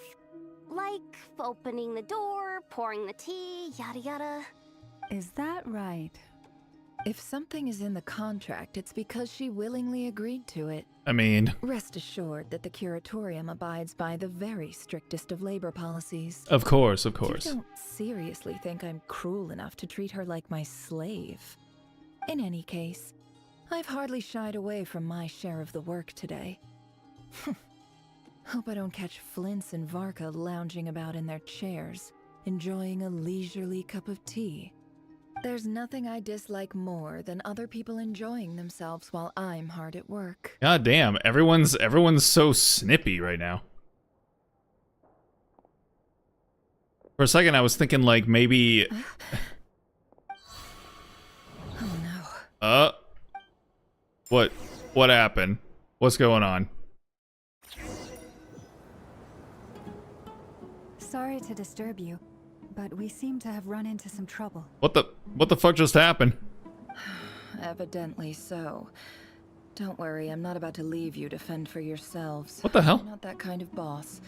And it would go against the Curatorium's labor policy. Where are we? What happened? I'm sorry. What did you hear me say? I wasn't talking about labor policy. Wait. How long have I been standing here? Not long. You just appeared by the door a moment ago. What door? Where are we?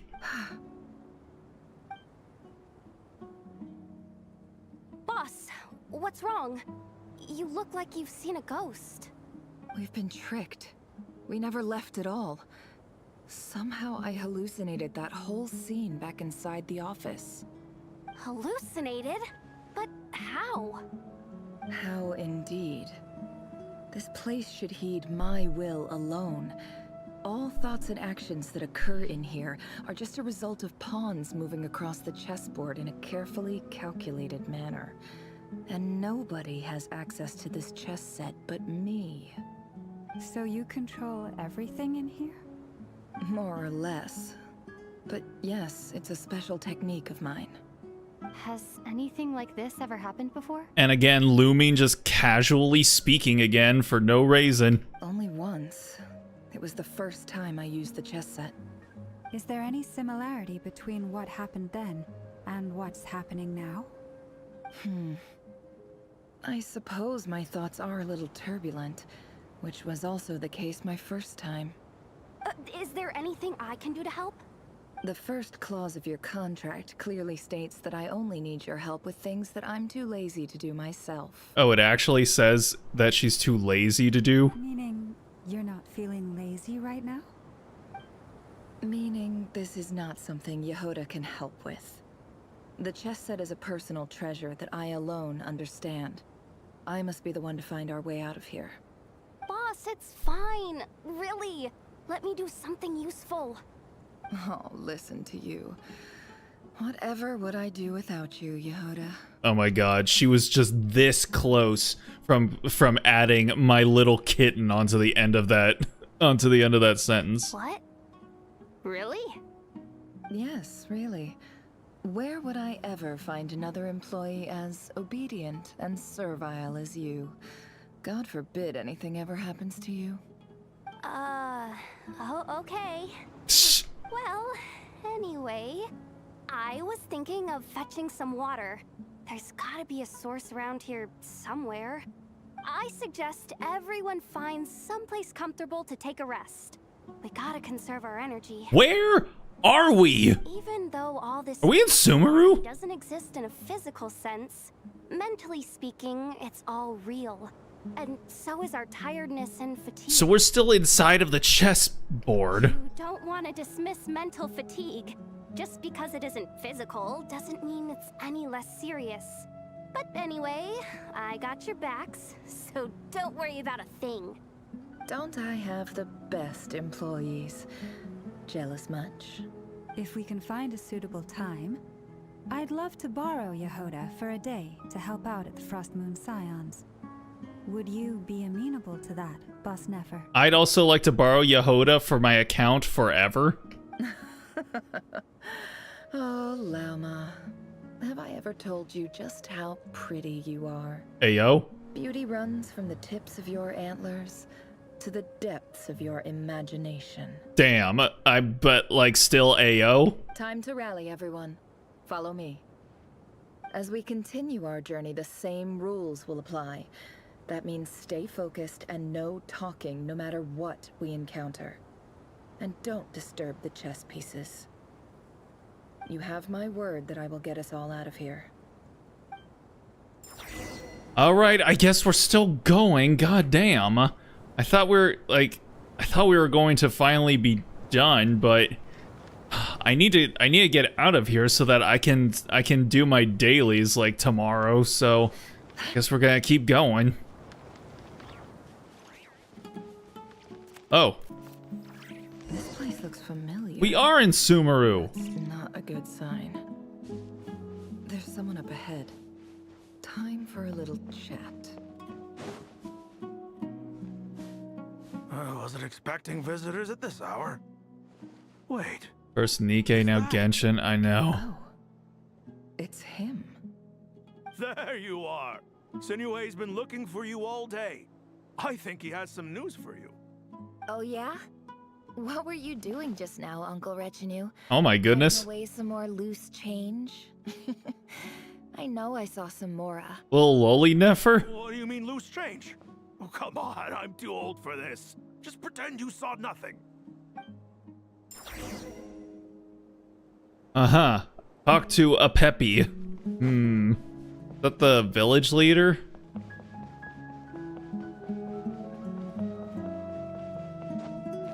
Yeah, this is where we met Candace, I'm pretty sure. Mind telling me what Sinuhe's been up to recently? I'm trying to get in his good books and I need a way in. Get in his good books? Why? What do you want with my dad, Uncle Apepi? I've written a new song. I was hoping to showcase it at the next festival, but I'll need his approval. A new song, huh? I'd love to stay and listen, but unfortunately, Uncle Retinue says my dad's looking for me. Young Nefer sounds like Crony, which is highly amusing. Well, there's plenty of time and I'm not going anywhere. See that pile of stones? I'll be sitting there warming up my vocal cords. Come find me when you're done. Pile of stones. Got it. Okay.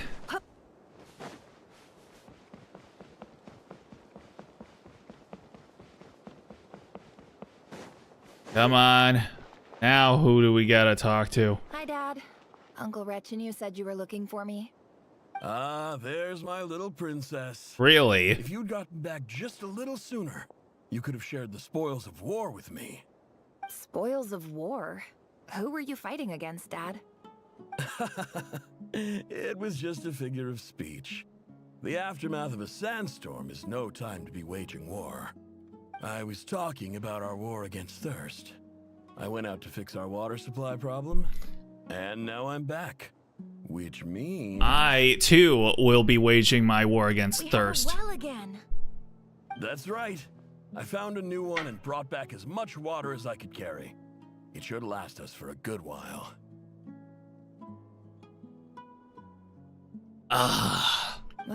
If it wasn't for these blasted sandstorms, our wells wouldn't be caving in. And you wouldn't be spending all your time out searching for new water sources. As the chief of our tribe, I'm supposed to be leading us out of hardship and poverty, onto better things. You know how prosperous our ancestors were. I've told you all the stories. And look at us now, squeezed into these hovels. No one would choose this, if it wasn't for the endless wars over the years. But things are looking up. I started working with some folks from the academia a few months back. They gave me some contacts in return for my assistance in the desert. So you're the academia's helper now? Special ambassador, they call it. Think of it as a partnership. It's nothing bad, okay? You're the gopher. We've been isolated here in the desert for too long. Seeking opportunities elsewhere is the best thing for us, and the fastest way to progress. So, do you get anything good out of being a special ambassador? Of course. My luck's improving all the time. One day, I swear I'm gonna lead us out of this place. Oh boy. We'll find somewhere new. Somewhere better. Hopefully somewhere where I can, like, save and, like, end things here. Oh boy. And now look at that. Look at that. Well, okay, she's not as tall as her dad, but, you know, just about. Alrighty.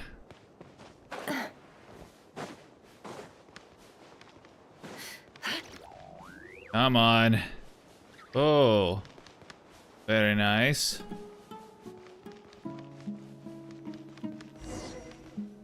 Dance of Death, Serpent and Scorpion. Oh no, that made me think of like the Serpent and the Mountain. I don't want any of that in my life. No, thank you. Well, and you know it. You stole from us. Well, you've gone from chief to thief, and now you have to face the consequences. Oh boy. Did you really think you could take our water without permission and get away with it? You're either brave, stupid, or both. And that special ambassador act? Yeah, nice try. We spoke to the academia. They said it was all news to them. You're a liar and a cheat. Uh-oh.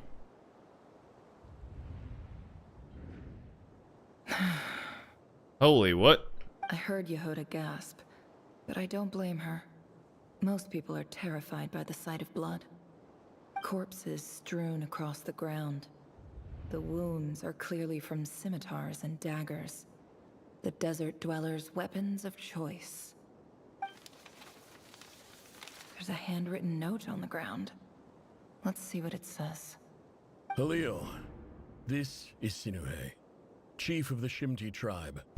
Surely you remember me. Surely. I was the one who helped you and your colleagues avoid the quicksand in the desert. This is my second time writing to you. I assume my last letter must have gotten lost in the mail, as I didn't receive a reply. I hope this one makes it to you safely. I'm writing to you because I need some help. That sandstorm the other day completely blocked up our well, forcing me to look for another water source in Iab and Undue territory. It was a matter of survival. Praise the gods. The well of the Iab tribe was intact. It was my last resort. I drew what water I could and left, but not without being spotted. I fear they will retaliate. You told me to write to you if I ever needed help. You said you'd be my ally in the academia. I urgently need you to formally recognize my title of Special Ambassador and send some of your people to assist me for a few days. It's the only way I can convince them that this was the academia's decision and prevent them from retaliating. This is an emergency. Please send help as soon as possible. Looks like this letter never got sent. The writer died a grisly death, and the letter was trampled into the ground. It's badly defaced. Some parts are barely legible. What a ridiculous lie the surviving Shimti tell. Their whole village was butchered over a sip of water. Dang. Guilt tripped over water, yes, sir. Ah, officer. Welcome. Welcome to our humble village. It just I keeps thought you would at going. least have the courtesy to provide some respectable libations. This is the finest wine our village has to offer. I promise.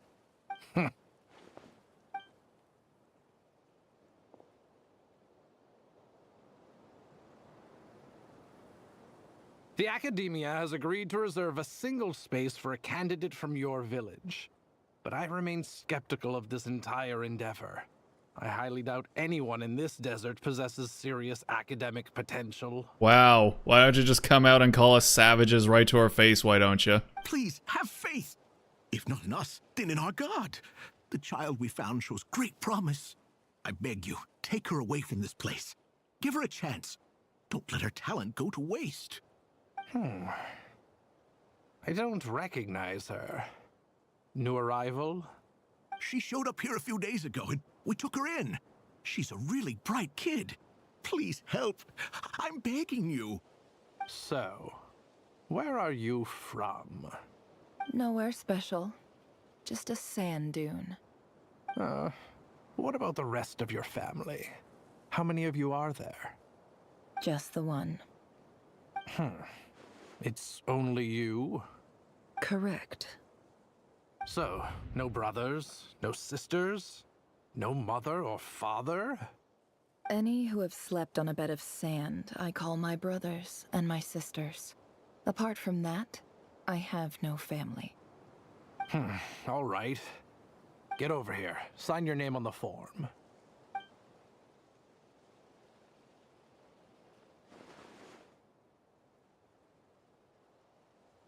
Never? You're rather fair-skinned for a desert dweller. Why are you eyeing my skin, bro?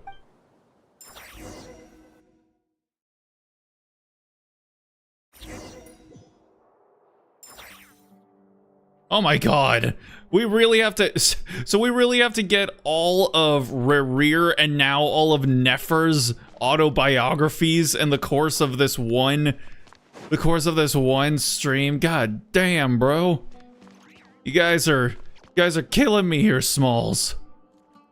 Nefer, this term's assignments have been issued already. Please read through the materials thoroughly, conduct your own additional research, and then write an essay on the topic. Yes, Professor, I'm aware. I just had a couple more questions I wanted to get your perspective on. Oh? Please, ask away. Well, I saw the other students' problem sheets, and I couldn't help but notice that my assignment is much easier than theirs. Do you really think I'm a weak student? Oh, it's just because you're from a backwater shithole at the end of the world, that's all. A weak student? Goodness, no. Quite the opposite. You have a sharp mind. Almost too sharp. I think what you're saying is a weak student wouldn't have noticed the discrepancy. And if they did, they certainly wouldn't complain about the lighter workload. You see, sharp as they come. You see things the way they are. And I'm sure you know why they're like that. So you did give her easier work, bastard. Because of where I come from. Because I'm different. I'm sorry, Nefer. I don't like it any more than you do. It's just... Anyway, you said you had a couple of questions. What's the other one? He didn't even give her an answer. I wanted to check. If someone sent me a letter to the academia, where do I go to collect it? Ah, your family wrote to you. Well, as long as they put your name on the envelope, someone should hand it right to you. Not exactly. It's not even a recent letter. I was just curious where the mail would end up if no one collects it. The House of Dana, I expect. I know there's a box for unclaimed mail somewhere in there, probably sitting on a shelf. Whatever you're looking for, that'd be the place to start. Okay, got it. Thank you, Professor. Oh, don't mention it. Honestly, I feel like I failed you. I'm supposed to be your teacher, but I haven't taught you anything. Hey, don't say that. You're a great teacher, and you do your best for all your students. But the rules are the rules. You're not allowed to teach students like me. It's not just the academia either. The whole world bends over backwards for the successful, and leaves the losers to suffer and die. Oh, my dear child. Don't tell me you've given up on life already. I haven't. I just think that if you want to make it in this world, you have to find a way to become successful. It is very interesting hearing her talk in a subservient fashion to other characters. Alright, come on. Come on, get the lead out, Missy. This must be it. A big cardboard box full of unclaimed mail. And probably some letters that ended up here by mistake, too. Let's take a look. Have ourselves a look-see. Take a look at the box of letters or the letters inside the box. Oh my god, now we're doing this here with Nefer? A dilapidation survey from Port Ormos. Looks like it's from a Core of 30 representative. What a strange thought. A bunch of mercs losing sleep over rundown buildings. This one was never even opened. I guess the recipient didn't care what the Core of 30 had to say about anything. Damn. Who was it addressed to? I don't recognize the name, but it must have been a Kasharawar professor. This one is addressed to the Immorta Sage. The title is Changes Observed in Satyavada Life Symptoms. Why do all these letters read like full-blown dissertations? Guided by the incense, we became lost somewhere in the forest.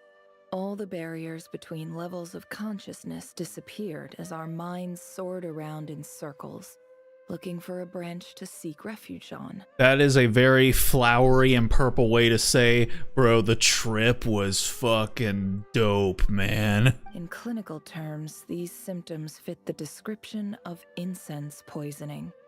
The Immorta Darshan strictly prohibits the use of hallucinogenic substances, but I believe there are still people getting away with it. Oh, hell yeah, there are. For example, my neighbor who always breaks out into song and dance after using incense.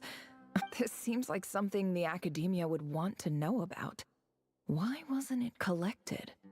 Wait, what's this written on the back? It's so small. The note says, "The sender authored this letter while under the influence of mushrooms. I would send Based. it back, but no return address was provided. Stamped by the Grand Conservator of the House of Dana. Wow. Folks out there getting absolutely turned. To Grand Sage Azar? A few words of protest regarding recent changes in Sumeru's educational policy. In recent years, the academia has taken on a small number of students from the desert region, as per the policy to this effect. Oh no, is this him raging at DEI? However, it appears to me that these students have not, in fact, been provided with educational opportunities that are, in any meaningful sense, equal to those enjoyed by their peers. Oh no, he's actually going to bat for them. Cool. Cannabis incense, yes. As well as receiving dumbed-down assignments and perfunctory tutoring. They do not even have full access to the Akasha system. Education is the fundamental purpose of this institution, which should go without saying in a nation whose founding virtues are knowledge and wisdom. I ask you, is the lip service we pay to the policy of education for desert students truly the standard of pedagogy to which the academia aspires? As Grand Sage, policy decisions are your prerogative, but do not forget your roots. You and I were once students too, as was everyone else in this institution. I do hope you will give some serious attention to this matter. I encourage you to discuss issues like this with myself and others, and listen to some alternative opinions. And also to some alternative rock. Great letter. Shame it didn't get to where it needed to go. You go, my king. I'm trying to not go. I'm trying to finally get to a point where I can finally leave things off. Sender is Sage Cyrus of Spontamod. I didn't realize anyone else even knew how bad students like me have it in this place. So this is where letters from the Sage of Spontamod end up? Nice one, Grand Sage. Really enlightened leadership. Whatever. This isn't what I came here for. Moving on. Yeah, he saw all that and was like, I ain't reading all that, bro. Would even make it here. But if it did, where else would it end up if not in this box?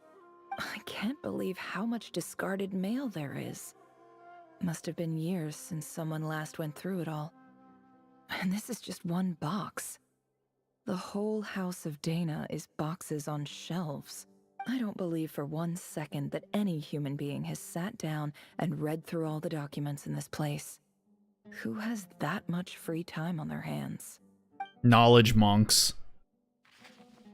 Wait, could this be it? What? Least fancy envelope in the box, written on crude quality paper. Why is there suddenly no voice acting? And of course it would be... Of course it would be right at the bottom of the pile. Clearly no one gave this letter so much as a first glance, let alone a second. Why? Where did the voice acting go? Oh my god. In addition to holding me hostage for hours, the game is now making me have to do the voice acting too? Jesus. The handwriting on the envelope looks very familiar. Greetings, Halil. My name is Sinue, chief of the Shimti tribe. I was the one who came to you and your colleagues in trouble in the Great Red Sand. I don't know how well you remember it now, but I brought you to safety and gave you some water and other supplies. You seemed very pleased and told me your name. In my tribe, learning a person's true name is serious business, and I therefore see you all as friends. You were kind enough to leave your contact details, so we could stay in touch. The Shimti tribe lives a harsh, nomadic existence in the desert. you were sympathetic towards my plight, promising to make me a special ambassador of the Academia and help us find a way to make a better living. This brings me to my reason for writing. Our tribe has fallen on particularly... So this is the first letter that her dad sent. Assistance.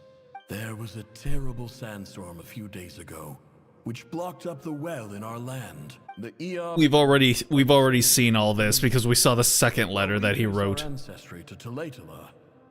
We worship the Lord of Flowers and have had relatively good relations with our fellow tribes up until now. I found a well belonging to the Eob tribe.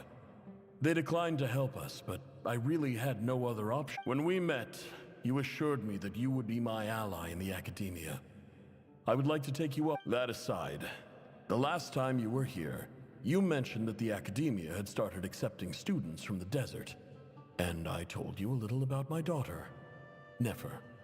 We have next to no resources here in the desert, and my power and influence are limited. Oh, and now his voice loses the reverb, too. She is a smart girl. I know she won't disappoint you. From the outset, the Academia never took you seriously. Those things they promised were just empty words. I doubt they even remember the name Sinuhe. I don't even remember it. And you were so emphatic that your luck had finally changed for the better. You swore you'd lead us to a better place one day.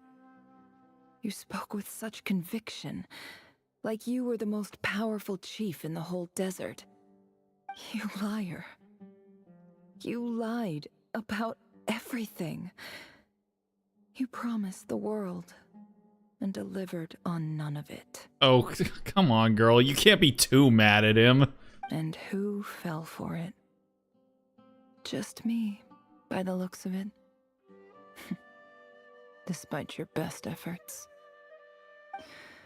Which makes you a pathetic liar. You weren't even any good at it. I think I'll take over from here. Let me show you how it's done. Damn. Bid farewell to Katoyan. Yeah, like he placed his too much of his faith into, you know, this friend that he happened to make out in the desert after helping them out. You can't be too mad at him. Came to say goodbye.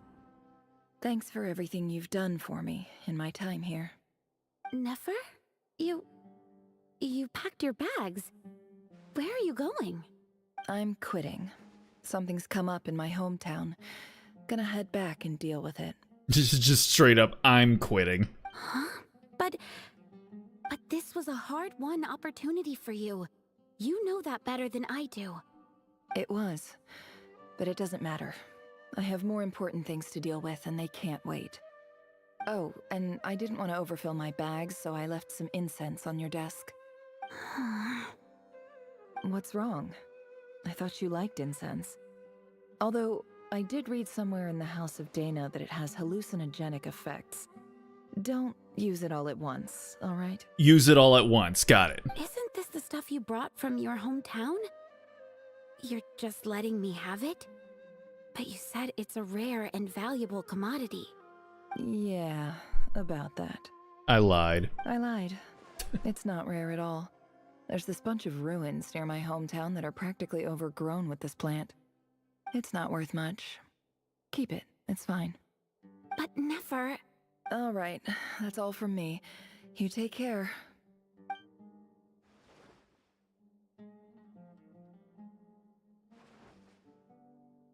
Don't forget me, okay? I mean, we're more than just classmates, right? We're friends. Who are you? Yeah, I'll remember you. She won't remember. I lied again.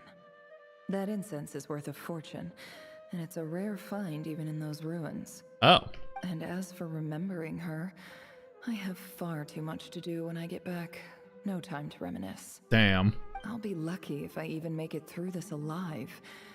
But either way, I expect I'll forget you pretty quickly. Jeez. God damn, that letter just turned her into a complete menace. Alright, so I'm assuming we're back now in the, in our hometown.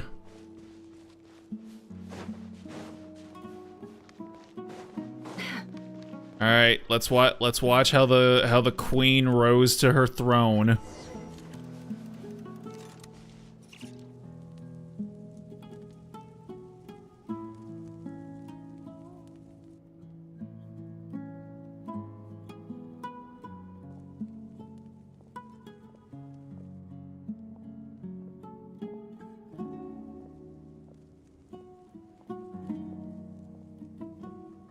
It's a pleasure to meet you, Mr. Arif. So, what does the Academia want? Since they've sent their special ambassador, I assume there's a big business deal to be made. If not, I'd be very disappointed. Oh no. Please, sir, lower your blade. You're lucky I'm the one they sent. Not all special ambassadors share my admiration for the Iab people. The ever-shifting balance of power in the desert reduced the once great civilizations of this region to rubble and sand. But the story of the Iab has a very different trajectory. Others grew weak, but you grew strong, beginning in obscurity and moving to prosperity. You're the only ones who defied the trend. You guys are special little guys who defied the odds and have really super huge penises. Huh. So, you do know who you're dealing with. Oh my god, you're so fucking easy, bro. This well is the perfect symbol of your strength, is it not? It used to belong to the Unut, but it looks like you have control over it now. You're not wrong. But I'm sure you didn't come all this way just to flatter us. Of course not. I came to bring you some very good news.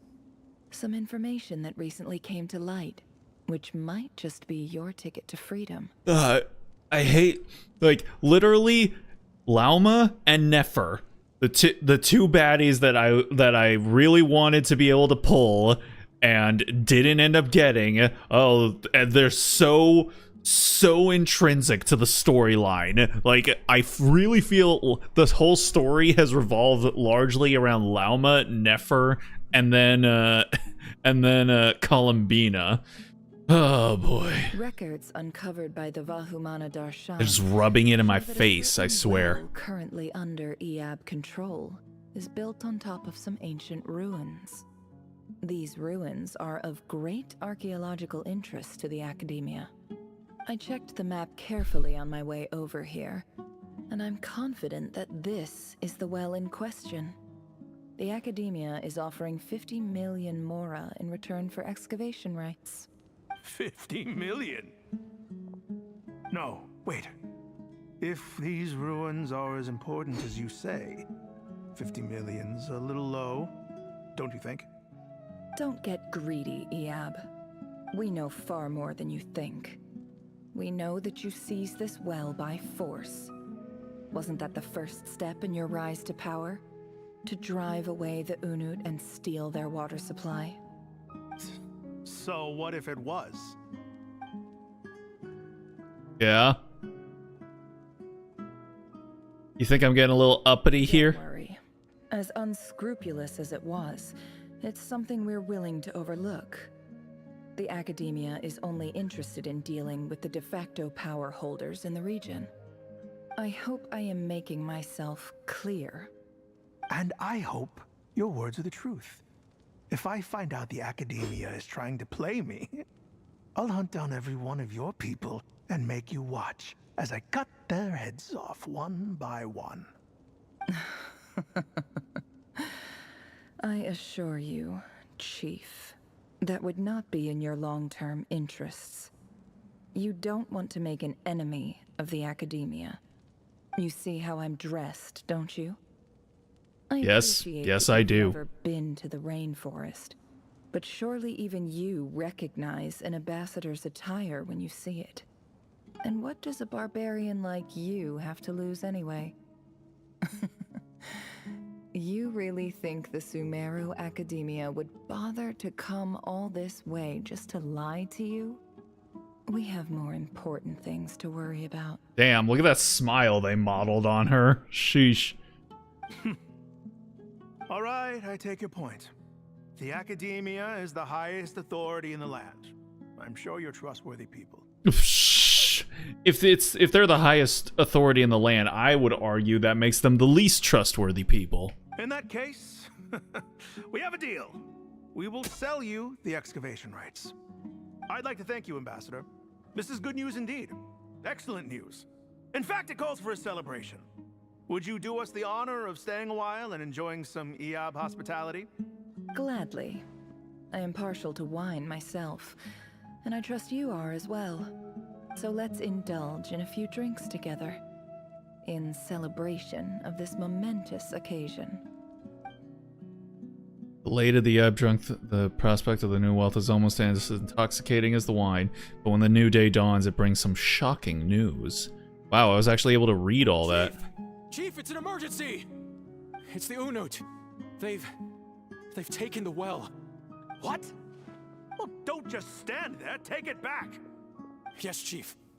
I have every confidence in the EAB's military superiority, and yet...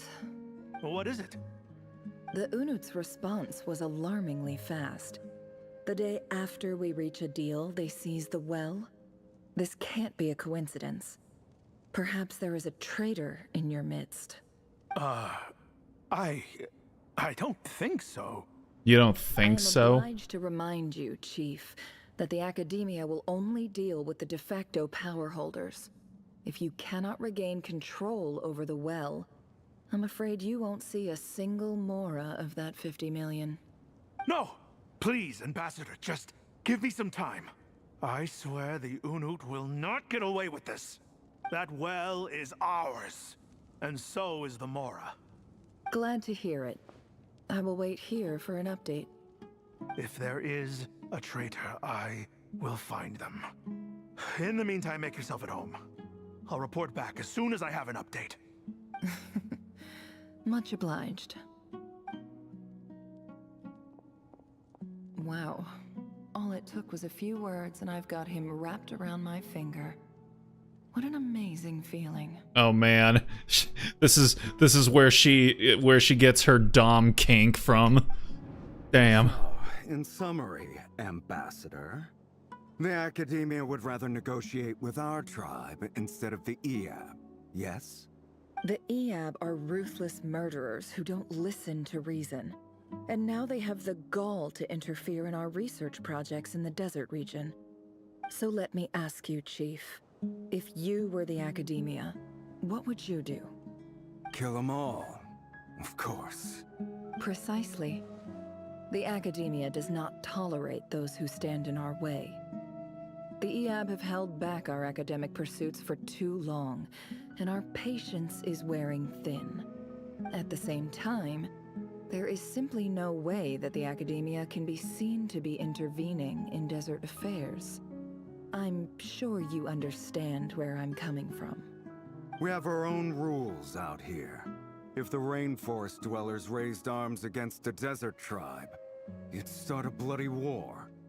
Right. We can't confront them ourselves, but we can support their enemies. The Unut have always had strained relations with the EAB, which makes you our natural allies. Natural allies. Weren't the EAB your allies once? You were quick to send them after us to protect your interests back when we stole that water. And now look at you. You're at each other's throats. Oh, so she's going about this to get back at them for killing your daddy. Gotcha. Let me be clear. The Academia wishes to collaborate with the legally recognized rulers of the desert in this matter. We are asking for excavation rights to that well, and our offer is 50 million mora. Say no more. I believe we have an understanding. Say less. Good. Then I suggest you get to work. Get us access to that well, and the mora's yours. You see, Dad? Lying is easy when you know how. People will believe anything. Continue why?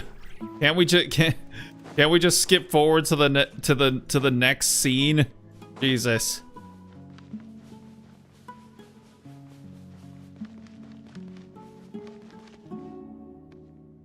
What the fuck was that? Burb.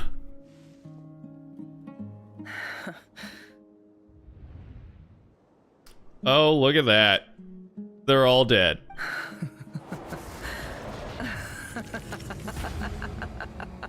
Oh, wow. Look at yourselves.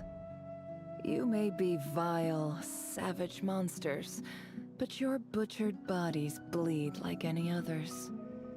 You're no different.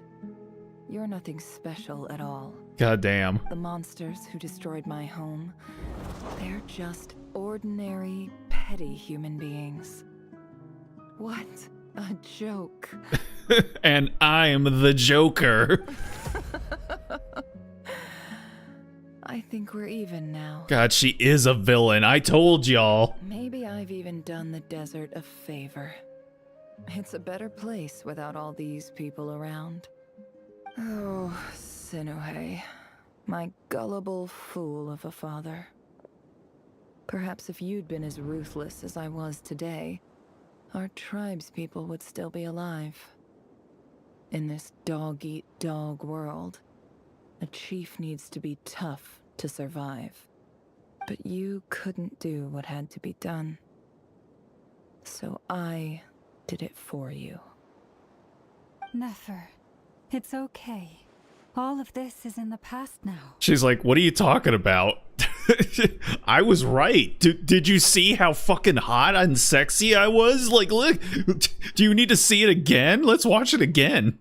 I believe I remember you promising to remain silent. Yeah, but even so... Yehoda, is there anything you can do to ease the tension? You got this, Yehoda. It's your time to shine.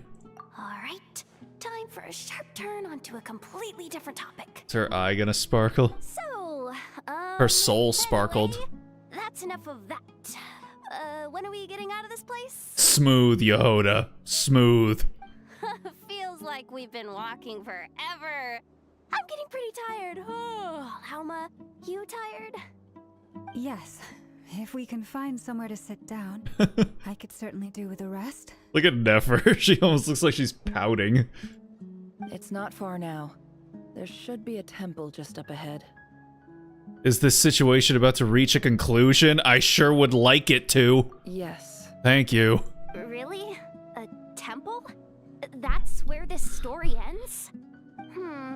I guess that's how things go in the desert. I've been to a similar place with a friend from the desert before. Desert dwellers can never escape their destiny.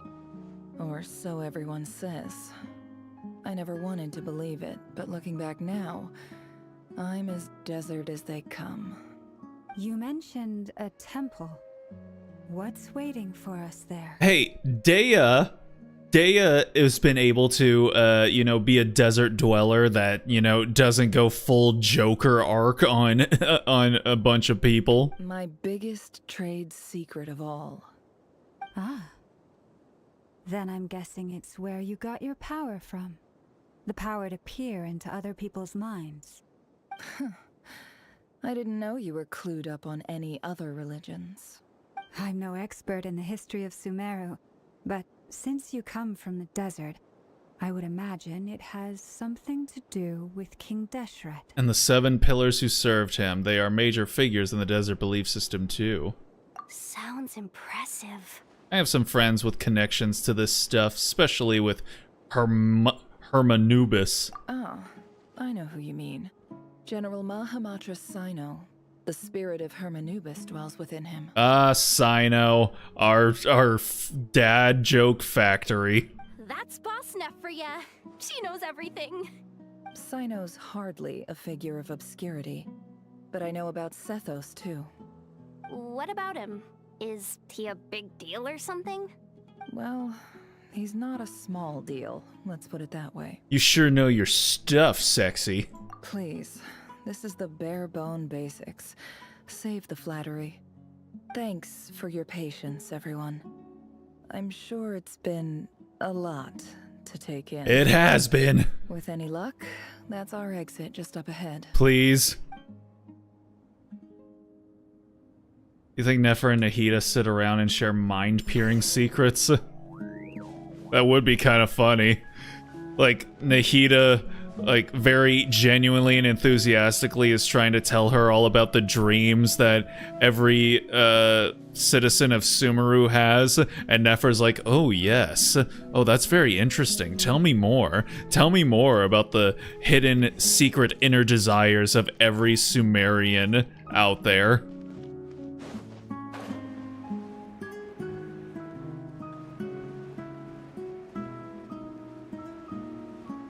Wow, look at all that.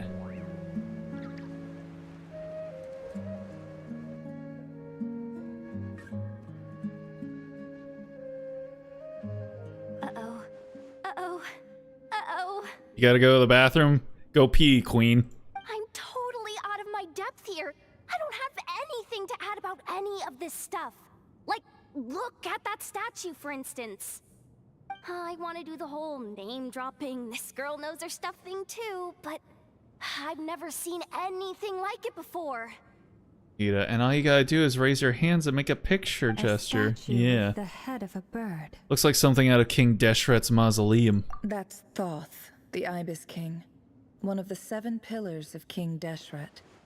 The legends say that he, the Crocodile King, and the Goat King were the 3 retainers of King Deshret. Okay, I'm not gonna lie, when we started the stream tonight, I didn't think that, like, we were going to be going deep into both Nefer and back into Sumerian lore shit. We left Sumeru behind a long time ago, man. Let's take a look. Oh, cutscene. Goddamn. What's gonna happen here, then? Better not be a fucking boss that comes out of nowhere. Swear to God. Heyo. Oh. It's our cat. It's just Ashru. So, all is well? Why is he here? How is he here? Is he gonna start talking? Yeah, kill him. Typically speaking, at this point, the world disintegrates. Cute. Then we find ourselves back in the outside world. Besides, these are my memories. There's nothing to fear. You're sure? Of course. It's almost over. Oh, damn.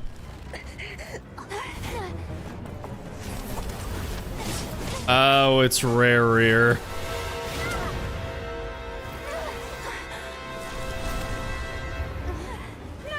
I guess he didn't appreciate her poking around in his memories.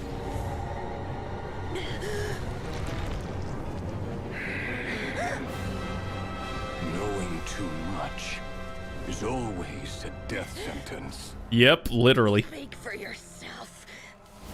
What? That was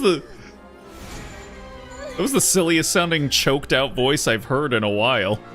Speak for yourself.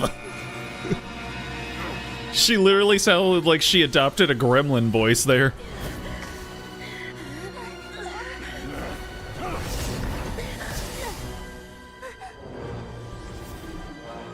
Uh-oh. Who dat? Is that Dane? How repulsive. Yep.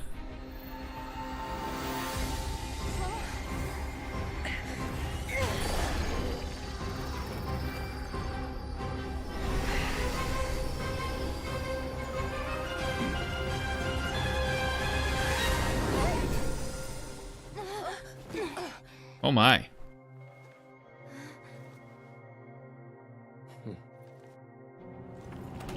So is he trapped in there now?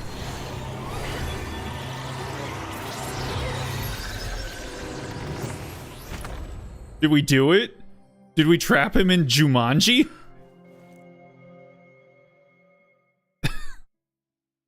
That was pretty hot. Yep, and Columbina. Timed that pretty well, didn't I? Yeah, that timing was pretty sexy. You certainly did, thank you. It's okay. I'm just glad no one was hurt. Paimon noticed you doing something too, Dainsleif. Were you helping get them out? Of course. When I asked Nefer to conduct this investigation, I was not naive to the dangers involved. I had a duty to ensure your safety. Good to know your sense of justice is still intact after all these years. I take that to mean that you saw the truth. That comes as a great relief. I certainly did. And thanks to your help, I also managed to trap Rerir inside the chess set. It is! We did trap him in Jumanji. Whoa, really? How'd you manage that? Well, to be honest, I sensed that something was wrong long before we made it to the temple. By using this fragment to probe into Rerir's past, well, the monster formerly known as Rerir, it seems I alerted him. I was tracking him, then he caught on and started tracking me too. Can't say I'm surprised. But how did he track you through your thoughts alone? That shouldn't be possible. Rerir was a secret agent who reported directly to the Vinster King. He is an expert at finding a trail and hunting down his pursuers. And then killing them, especially if they're under the age of 13. No wonder. He infiltrated the chess set, read my thoughts, and built a new virtual chess set inside of it. That's why we weren't able to leave at first. Damn, he made a virtual machine inside of his desktop environment? What a hacker, mans. Speaking of your chess set, it's quite a remarkable item. Would I be right in thinking you have some connection to King Deshret? You overestimate me. I only have a connection with one of his underlings, the Ibis King. You all saw how this came to be. A long time ago, the Iab massacred my tribe, the Shimti, in our home village. A few years later, I enrolled in the academia, where some new information Rerir was came to obviously light. using Linux. The Unut and the Iab Of course. fought a bitter battle over the rights to a well, all for the sake of a non-existent 50 million Mora. The Iab ultimately won that confrontation, but their victory came at the cost of almost every warrior in the tribe. The final blow to the Iab came at the victory feast, when an Unut assassin beheaded their chief right before my eyes. The remaining Iab fled and have been scattered to the winds ever since. Having gotten my revenge, I returned to my hometown, where to my surprise, the nearby temple was still standing. There it was, seemingly immune to the relentless hostility of the desert, while my tribal home lay in ruins. As I stood there gazing at the temple, I noticed a cat just outside. This cat, as it turned out, was home to the spirit of the Ibis King. Oh? He led me to a gate deep inside the temple, and there he made a deal with me. Is that her cat? This chess set is my gift from the Ibis King. The chessboard within is made to the same specifications as the one in the mausoleum of King Deshret, and represents his power of piercing analysis. With this chessboard in its container, I gained a certain ability to perceive hidden secrets. Now, you could conclude that the Ibis King simply wanted to give the people of this world the power to seek the truth, but I don't believe that's the full story. You're going to tell me the full story right now, aren't you? Every god plays favorites. Their hearts are as fickle as any human's, full of secrets, perversions, egotistical tendencies. But precious few gods are willing to admit this. Hey, I studied Greek mythology in 6th grade too. It is the same with all powerful forces, including fate itself. Their gaze falls preferentially upon a select few. As you rightly point out, this is an act of favoritism. Someone gonna make this chessboard and charge probably $1,000 to it. I mean, they would be within their rights to, I would think, especially if they, like, imbue it with, like, green marble or something like that. Gather the others. It's time to share everything I've learned. Before long, the group is gathered in the office. Those two okay. And we're still going. Thank you all for being here. As promised, I did some further investigating into the Raker of Solnari's background. I am pleased to report that the investigation has been most fruitful indeed. It's been so long since the beginning of the fucking stream, I forgot Durin was even introduced here. The Raker of Solnari, real name Rerir, was once a Conrian subject who served the Vinster King. I will now share the important details of his story. Please save any questions or comments for the end. Nefer narrates Rerir's backstory to the group. At the Vinster King's behest, he gathered intelligence and assassinated descendants of the Crimson Moon dynasty. Unwilling to take down his beloved Thalindus, who was secretly of Crimson Moon heritage, he then got dragged into court politics. Vedafilnir's voice, which spoke to him of his fate, was like a reflection of the moon. Though he would disturb the waters to gain some temporary relief, he was powerless to erase it entirely. In contrast, Rerir's own life was like a reflection of a broken moon. Once the stormy winds of fate blew across the water's surface, it was utterly destroyed. Thalindus smuggled away a piece of the moon before disappearing through that mysterious portal. It was passed down through the ages, finally falling into the hands of the Knave. But what lies on the other side of that portal, is it really a whole other world? Thalindus never had the chance to share what she found there. Neither did Rerir, who followed her in. So that's why he's so obsessed with the moon. A tragic tale, to be sure. But it does not excuse his many transgressions. Word. No matter how much Rerir suffered in the past, the fact remains that he is what we know today as the Wild Hunt, wreaking havoc upon innocent lives in Notcry. He becomes more dangerous with each passing day. If left unchecked, it is simply a matter of time before all of Tevat suffers the consequences. This is a threat that the Knights of Favonius cannot ignore. A question for Miss Columbina. Forgive me if this is presumptuous, but have you ever seen the spatial gateway that appeared in Rerir's memory? Never. But I have heard stories of something called the Moon Gate, and this seems to fit the description. The Moon Gate now, okay. Miss Lama, any thoughts on this? In the lore of the Frost Moon Scions, the moon is believed to hold many secrets. Some sources speak of ancient knowledge, others of a gateway to the unknown. The term Moon Gate is one I have heard before. But as is the case with all of our legends, there are no records of any first-hand witnesses. We cannot know whether it truly exists. Then back to Miss Columbina. As a moon goddess yourself, do you have some idea of where the Moon Gate leads to? Not at this stage, sorry. I do hold the power of the Frost Moon, and my strength is recovering well. I can sense that the gate would open at my command, but... But there's more to the power of the Frost Moon than that? Yes. A moon goddess has the right to open the Moon Gate, since it is a path to the moon. But as Nefer mentioned, holding open a spatial gateway takes a huge amount of power.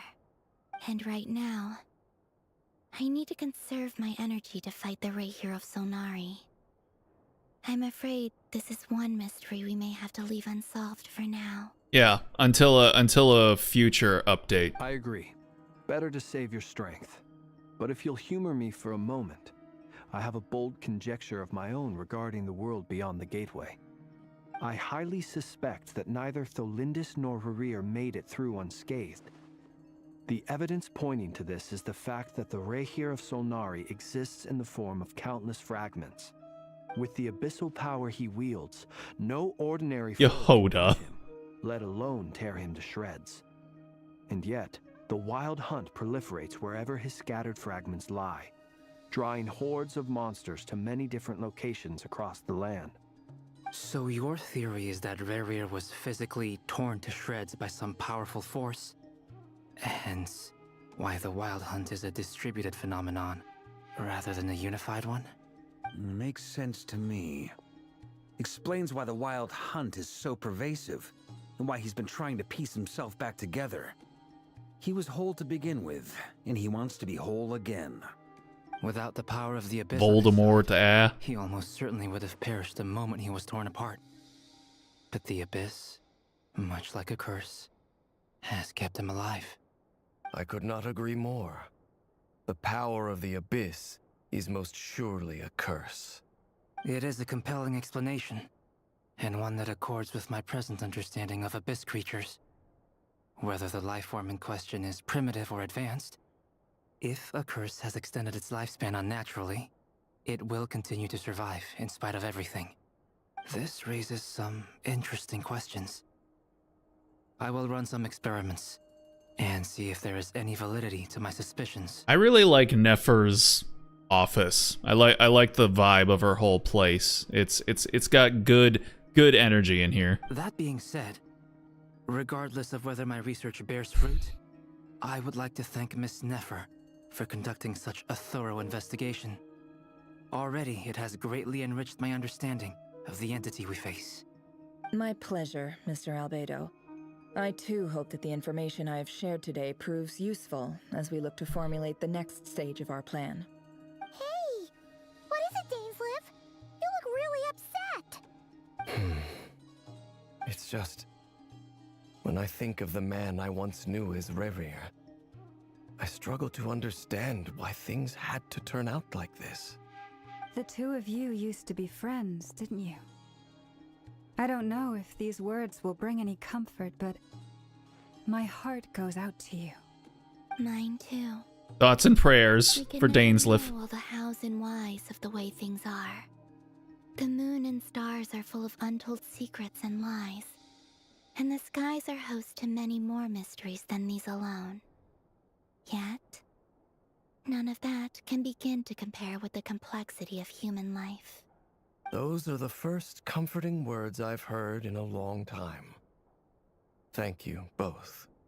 Well, I think this is a good place to end today's meeting. Yes, please. I'm sure Nefer needs some time to recover. She's been through an awful lot today. She's not the only one. That's very thoughtful of you, Lama. Of course. Sounds good to me. Take some time to rest and digest before we reconvene to nail down a plan.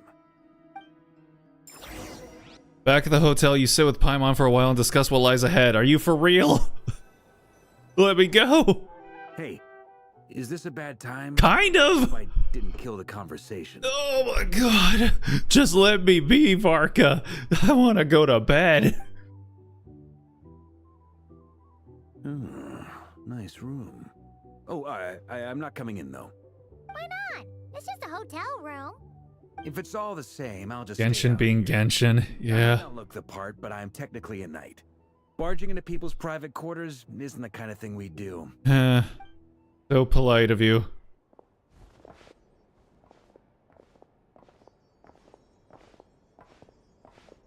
Anyway, Nefer went back to the curatorium to get some rest. But before she left, she shared some things with me that I thought you should be aware of. Uh-huh. Firstly, although she managed to trap the Raker of Solnari inside her chess set, there's no guarantee that the power of the Ibis King is any match for one of the 5 sinners. Their powers are beyond Gotcha, our being a torture comprehension. device was not on my 2025 card.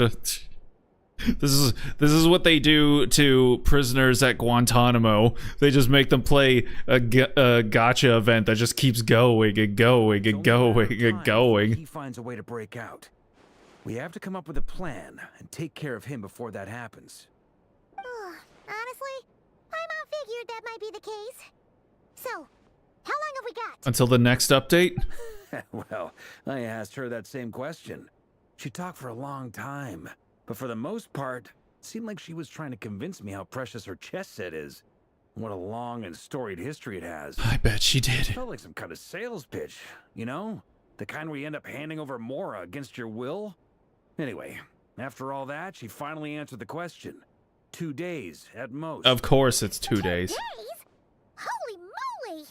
Can we even recruit enough help in that time? That remains to be seen. Which brings me to the second issue. Dainsleif is obviously conflicted about this whole thing. But given how little time we have, there's no way we can pull this off without his help. You have some history with him, right? Do you think maybe you could talk to him for us? I'll see what I can do. Great. I appreciate it. All right, on to item 3. So, Albedo, Durin, and I put our heads together and came up with a plan. Can't promise it's gonna work yet, but at least it's a start. Okay. We figured we'd bounce the idea off you first.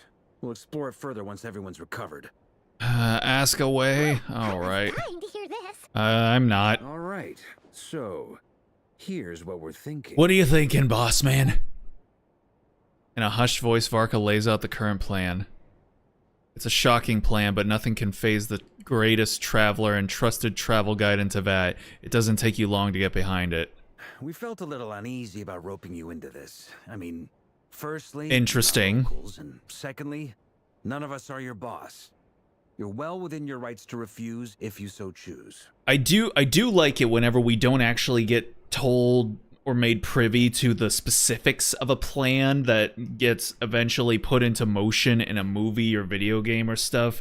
That usually indicates that, like, just when things appear like they're at their most dire, then the linchpin of the plan comes in right at the end, and we're like, yay, we won. And so that's always a fun time. Roping us in? Why would you even say that? We know the stakes here. It's all of us against the Rayher of Solnari, or none of us stand a chance. I choose my words very intentionally, I'll have you know. I like to think there's an art to striking a down-to-earth tone even when the stakes are through the roof. Sir Varka, I have a few thoughts about this plan. Apparently thoughts strong enough that I am going to speak. I'm all ears. I think we can be more flexible with how the roles are allocated. In my view, the most sensible lineup would be like this. Yeah, I don't understand the rhyme or reason to when they decide to have Lumine talk. But if that's how we're going to approach this, you'd better make sure you're ready. To be clear, I don't doubt your abilities. Far from it. I just want to make sure. Are you really willing It's your 9-to-5 job. I spent almost 3 hours of my duration listening to a visual novel cutscene in a gacha game. Yep. I'm enjoying the story so far. Yeah, it's a good story. I'm just like, man, they just keep rolling it out. I want to do everything within my power. The Rayher of Solnari is a truly fearsome opponent, and if I do my part, it'll greatly reduce the risk for everyone else involved. Well, that tracks with what I've heard. Jean's mentioned in her letters that you're so diligent it's almost abnormal. Almost like you have some sort of person that doesn't have a life controlling your actions. As in, most people weigh up the risks and rewards in situations like this. But you seem to just march towards danger without a moment's hesitation. Like some kind of video game protagonist. Of course, everyone appreciates a fearless pioneer. But all that aside, I'm the Grand Master of the Knights of Favonius, and you're our honorary knight. I want to make sure your courage doesn't come at the expense of your safety.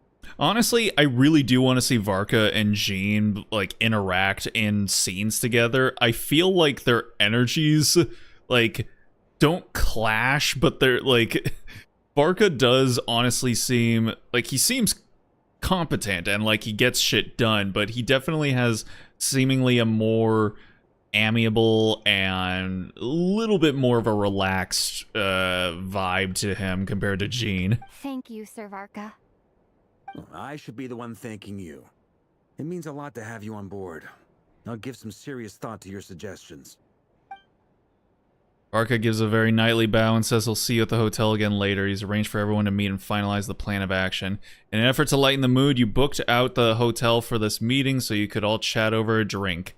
As the moon rises in the sky, you and Paimon leave your room, discussing whether Paimon has any other options than fruit juice. Everyone is already there waiting for you. They're chatting and smiling. Clearly the rest has done them good, as well as the existing crew. Some unexpected help has arrived. Still, you remain conscious of the fact that the future of Nodcry rests on what is decided tonight.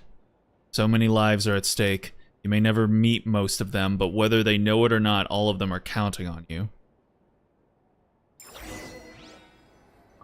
Okay, I feel like we're really, really close to the end here, okay? I know we've gone so fucking far overboard, or overtime with this whole thing, but if we are really, really close to the end, and we just have to go a little bit longer, I'm willing to tough it out. Let me see.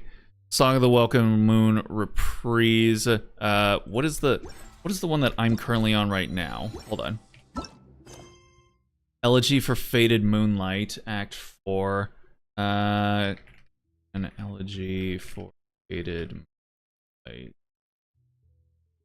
5 Centers of Conria is named after German figures. Isn't that like the what's it? The Harbingers too, aren't they also named after like Greek shits or something like that?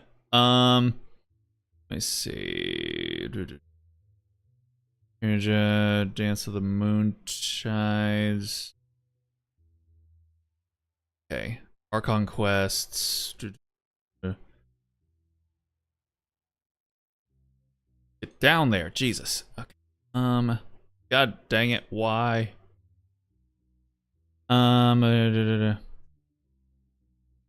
Where's the melting Elegy of Dust and Lamplight. Nation that doesn't exist. Wait. Nocturne for the Far North. To be at hold up. Wait. Nocturne for the Far North. Oh, I don't think this one has come out yet. I think okay, let me see. Wait, that's the wrong one. And Lamplight. Elegy for the Faded Moonlight. The Fate. Where's the Fate?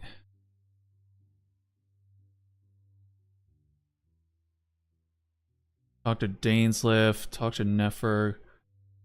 Discuss the plan with every. Oh, okay. No, it doesn't seem like we're. It doesn't seem like we're close. Let me see. That. Elegy for Faded Moonlight.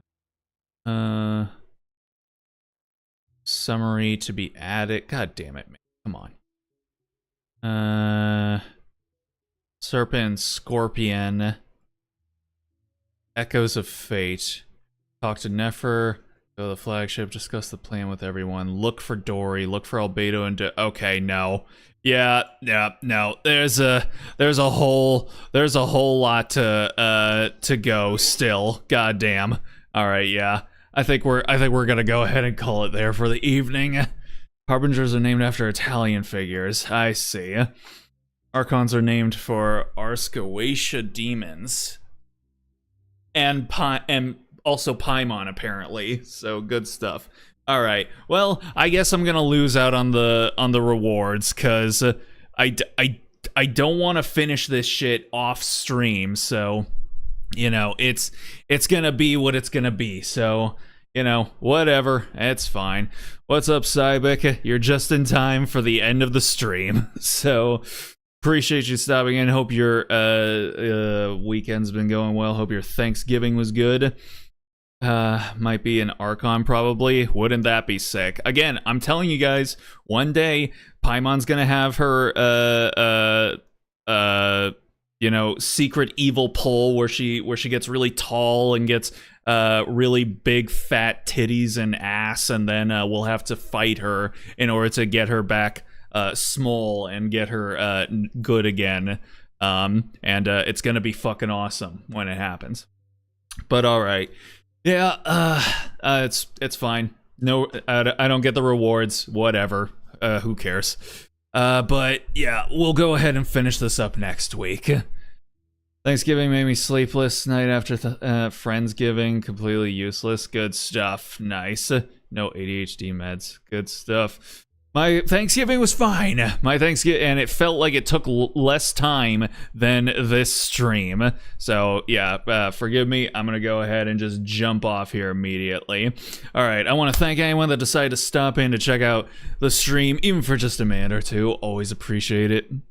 No stream tomorrow, but on Tuesday, we're gonna be continuing on with Raincode. I think next week is going to be our last. Well, I say last, but we're going to put Raincode on the back burner for a little bit while we, because Unbeatable is supposed to be coming out, I think on the 9th. And we're gonna switch over to playing Unbeatable during the weekdays. I think it's only going to be, if what I've heard is correct, I think the full game is only about like 6 to 8 hours long, so it shouldn't take us all that long to beat. So yeah, it won't. Raincode won't be pushed to the back for all that long. So, but you know, it will be on a little bit of a break while we play Unbeatable. So just know that. Congratulations on surviving the gacha torture. Yeah, I mean, it be what it be. I didn't even fully finish it. Finish the whole thing out, but hey, it is what it is. When you live life with gacha games at a healthy degree, and you don't know life this shit or get too invested in any of it, so you know you don't feel pressured by any of the artifices that the game tries to place on you in order to make you feel any sort of FOMO or, you know, emotionally manipulate you in any of those ways, then, you know, this is just the way it is. This is how you got to move if you want to have a healthy relationship with a gacha game. So take notes, kids. Okay, so yeah, it'll all be good. I hope you haven't ruined yourself going to Micro Center. Yeah, I mean, it's fine. It's fine. Micro Center's awesome. I don't think I'll be getting a new GPU anyway. But yeah, I'm leaving. I'm getting out of here. So I hope you guys have yourselves a good night, a good day, a good morning, wherever it might be for you. Hopefully y'all have yourselves a good Monday tomorrow. And with any luck, I will see y'all on Tuesday. So until then, stay groovy, everybody.